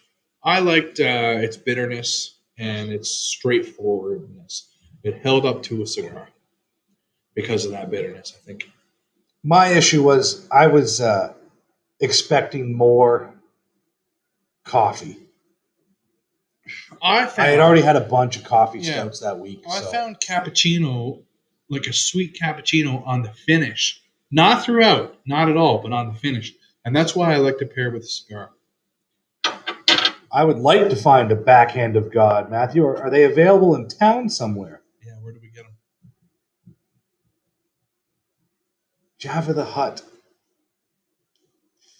I'm drawing a blank. Java the Hutt. Yeah, that's Fernie Brew Co. Javalanche is someone else. I like the Java the Hutt. I think I have another can. I can bring that by for you. Don't threaten me. I'll make you drink it. How is there still 17 people here? Thank you. You know what, folks? Thanks for joining us. And if you haven't done so already, go ahead and hit that like button. Seriously, though, hit the like button. It matters on YouTube. It matters for us, yeah. Instagram's more of a cool little network of homies. But YouTube is different, right? YouTube is fucking strict, man. Fuck. If you really want to help us out, get a little aggressive with it. Yeah. And when you're at work, take your friend's phone when it's unlocked. Go to YouTube and subscribe. Make them subscribe to us. And I'll tell you how to do it, folks. Facebook. A lot of people don't have Facebook. But if you could copy a link to our trailer even on YouTube. Which we'll have a season 2 trailer coming soon. It'll get to a whole network of people who we don't even have a clue who they are. And that's what we want to do. We want to meet new and fun, crazy people. We've met a whole bunch of people from all around the world. Richie Z, where are you? California? Right? We got Australia. Florida. Right? Like, it's been some good ones. Oh, I was going to say something else. What the fuck was I going to say? I don't remember. Oh, yeah, the unicorn farts. Adam, I took that unicorn fart into the shower, and I brought a glass because that unicorn fart has edible glitter in it, and I poured it, and it didn't translate, and I didn't do a great review. I liked the beer. I loved it. My review sucked, so I'm going to have to redo it. I'm going to have to get some more cans. I thought that was completely delicious, and I poured it, and it's not what I expected. No. But you could see like a glitter in there. See some glitter. I had it under the light in the bar. It was super neat. Man, I enjoyed the hell out of that. Pure novelty. So tasty, though. Well, okay, so I've had a bunch from Duclaw Brewing. They're out of Baltimore, Maryland. And I was so excited. They do a lot of gimmicky titled beers and shit. But that unicorn farts, I'm telling you, sounds ridiculous. Fucking good. So I will have a review on that soon. Speaking of world whiskey, John, good morning. From Scotland. Where's John? Oh. John McLeod. Good morning from Scotland. Good night from Alberta. Yeah, we're about getting ready to leave. We're basically in the Arctic Circle. Adam, I would greatly appreciate it if you would go grab me 2 more 4-packs, please. 8 more beers of unicorn farts. I will send you the money when I see you next. It is really weird asking a grown man to buy me unicorn farts. I'll say it again. Please buy me 2 more 4-packs of unicorn farts. Yeah. Oh my. And this time, when you buy 2 4-packs, keep 2 for yourself, please. Just send me 6, because I want you to enjoy it as well. It is a magical, delicious, farty treat. Yeah.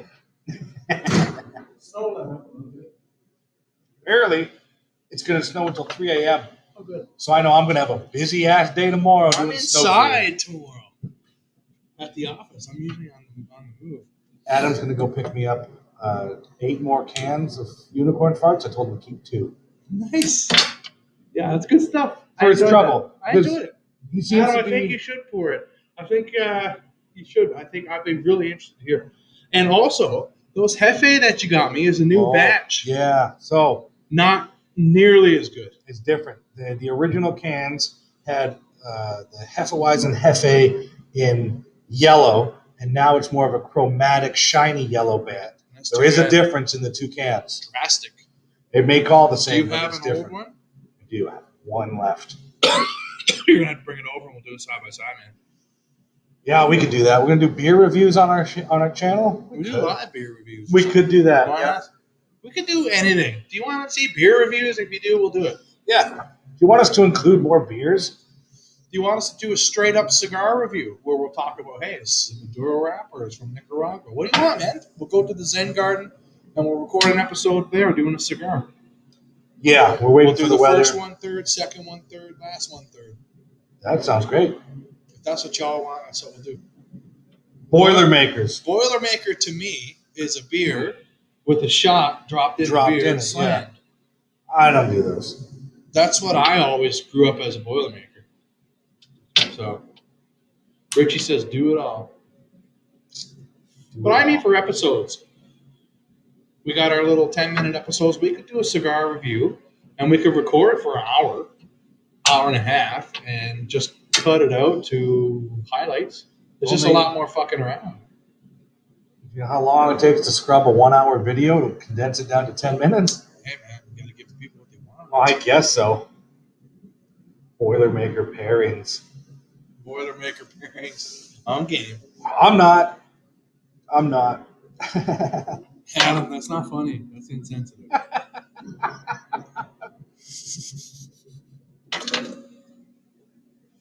Oh, man. No, that's not a proper Boilermaker. Well, what is a Boilermaker in Australia? What do you guys call no Boilermakers? Please inform us. I'm very curious to know. You can't say proper. You can say Australian, because that's where I grew up. That's what a Boilermaker is, man. And it's usually like cheap, Jameson. shitty beer, whiskey, and a beer. Yeah. But here, it's whiskey in a shot glass and a beer, and the shot glass gets dropped in. If you want you whiskey watch and it a all foam beer, up and get chugged you take all the day. house beer and a Jameson chaser, man. Yeah. That's what we always did in the house. House beer, Jameson, house beer on tap, and a Jameson chaser. Shut up, Ben. So that's what we did. Yeah, drop a whiskey in a beer, slam it. Irish car bomb. Half a shot. Well, I like to do a full, in a 2-ounce glass, a full shot of Irish whiskey, a full shot of Irish cream. Drop it in a Guinness and slam it. That's an Irish car bomb. We used to do a version of that. An Irish car bomb was that, but you'd also add a shot of Fireball, and we called it the Paul Walker. Oh. I can't say too soon, but Nah, you've been dead for a while. Fuck them. maybe he drank single malt scotch and he'll pour us something on the other side. Screech and Black Horse, ain't it? Everybody shits on Black Horse, man. But that's the pungent flavor I'm looking for in a regular ass beer. When I'm home, when I'm on the ferry, I'm drinking Black Horse, man. If I'm in the bar home, I'm drinking Black Horse 100% of the time, buddy. Yep. Sometimes I'll drink a Rickard's Red if I'm feeling crazy. But I'm drinking Black Horse, dude. All right. Yep. Oh, my. Well, I'm almost done here. I got 2 minutes left. Yeah, I'm about at that, too. That'll bring us to 3 hours and 25 minutes. I guess we're going to 3.5. We might as fucking well. Why not? 7 minutes left, you fucks. Thanks for joining us. And if you haven't done so already, go ahead and hit that like button. You should paste together like 42 Of those? Oh, shit. No, Chris. No, I know, Chris. But yeah, back home, it is. We'll not screech, but we'll drop a shot of. Usually, it's Irish whiskey. Drop it in a Black Horse, 100%, dude. 100%. That's good. India beer too from back home. It's delicious, man. India beer? Drop a shot of, I don't know why, it's just always been Jameson stuff. It's always been a shot of Irish whiskey, Jameson's, in a Black Horse, dude. No joke about that at all. Mr. McLeod, are you a heavy equipment operator? I see you in a mini hoe there. You might be gone. I am Yes. a light equipment instructor. Because I wouldn't call skid steer, I wouldn't even call Zoom Boom heavy equipment, which, well, I guess. Yeah. What about JLG? Like, man, some of those JLGs go 330 feet. A lot of people driving about skid full steers. height, man. They're one of the most dangerous pieces of equipment out there. They're just compact. Well, no, it's more for their blind spots and the potential to tip over if moving too fast. Ours have backup cameras, but there's counterweights on the back. I've got one that has no backup camera and no mirror. It was brand new from Japan and was not properly PDI. Like, oh, I don't even bother. I pull out, forward everywhere. Yeah, pretty much. I mean, I serve at my work area. I honk to let anybody know I'm in the area. I do my work. And then when I go to leave, I turn around and make sure I'm facing forward to see what's around me. Matthew Graham is one of our instructors and has now become a homie of mine. Oh, probably because of our mutual interests in single malt beverages. That's a great interest to have. Yeah. And, I, too, am a fan. Maybe Matthew Graham, those counterweights suck. We should look in a little bit more to get rid of those counterweights, I believe. Because then it's easier to take the buckets off and change out the attachments. Oh, no, this beautiful Kubota I have has a quick button, and it's hydraulic locks. It's beautiful. Oh, ours has a switch. You push the button. Yeah. That's what I got. It's great. It's beautiful. Switch But between buckets. But now there's counterweights, 4 counterweights on the back. So when you take the bucket off, if you give her, you can roll block. Oh, no. See, I got a track steer. Oh. Yeah. Oh, excuse me. Yeah. This is boring for anybody who doesn't know what the fuck we're talking about. Oh. Yeah, no, but in all seriousness, ours is actually, the same, really. It's good for you, man. Are you on good speaking terms with Mr. McLeod here? That's good. Mr. McLeod. Yes. Where? John McLeod. Are you personally on good terms with Mr. McLeod? I don't know who that is. Oh, okay. Well, John, we don't know you. Sorry to say. Thanks for joining us. I'd like to know what part of Scotland you're in. You may not know that I spent years in Queen. Yeah. I'm going to order a little snickety snack for myself. Oh, you do it for yourself because I will be You're going good? to bed after this. Okay. I have a early, what looks like a very long day done. in snow clearing. I'm done. That's it. Mine's still going good. Little crack on the end there, but man, these Undercrown shades are great. Yeah. Dumfries and Galloway. So I wish I knew more. How far is that from Glasgow? That's my bearing of information, because I believe Glasgow is where we'll be flying into. Yeah. Well, John, how did you find us? That's a good question. We like meeting some new people. How did you find us here? Thanks for joining us. But how'd you find us? Southwest Scotland. In-house forklift training. You should see me load pipe.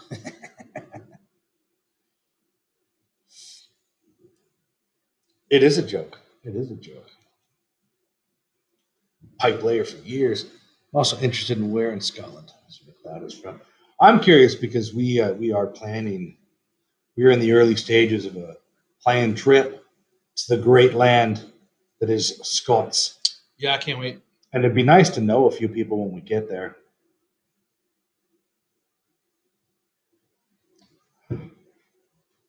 I got like 2 sips left on this berg. Nice.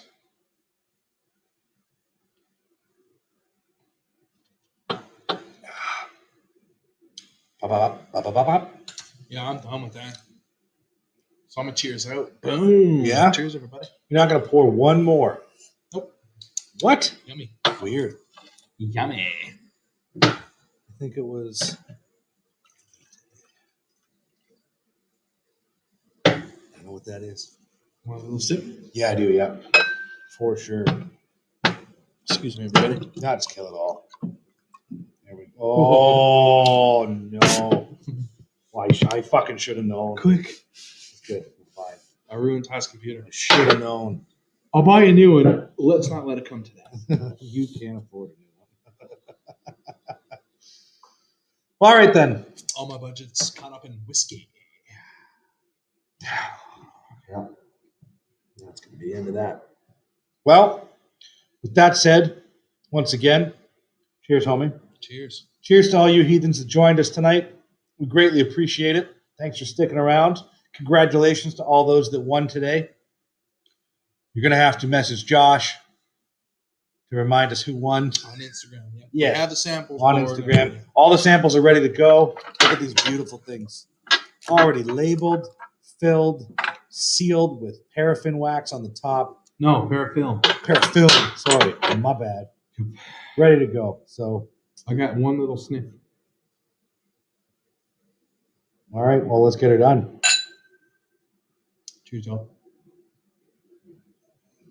Just off the wet mustache. Cheers, everybody. Catch you on the flip side, homies.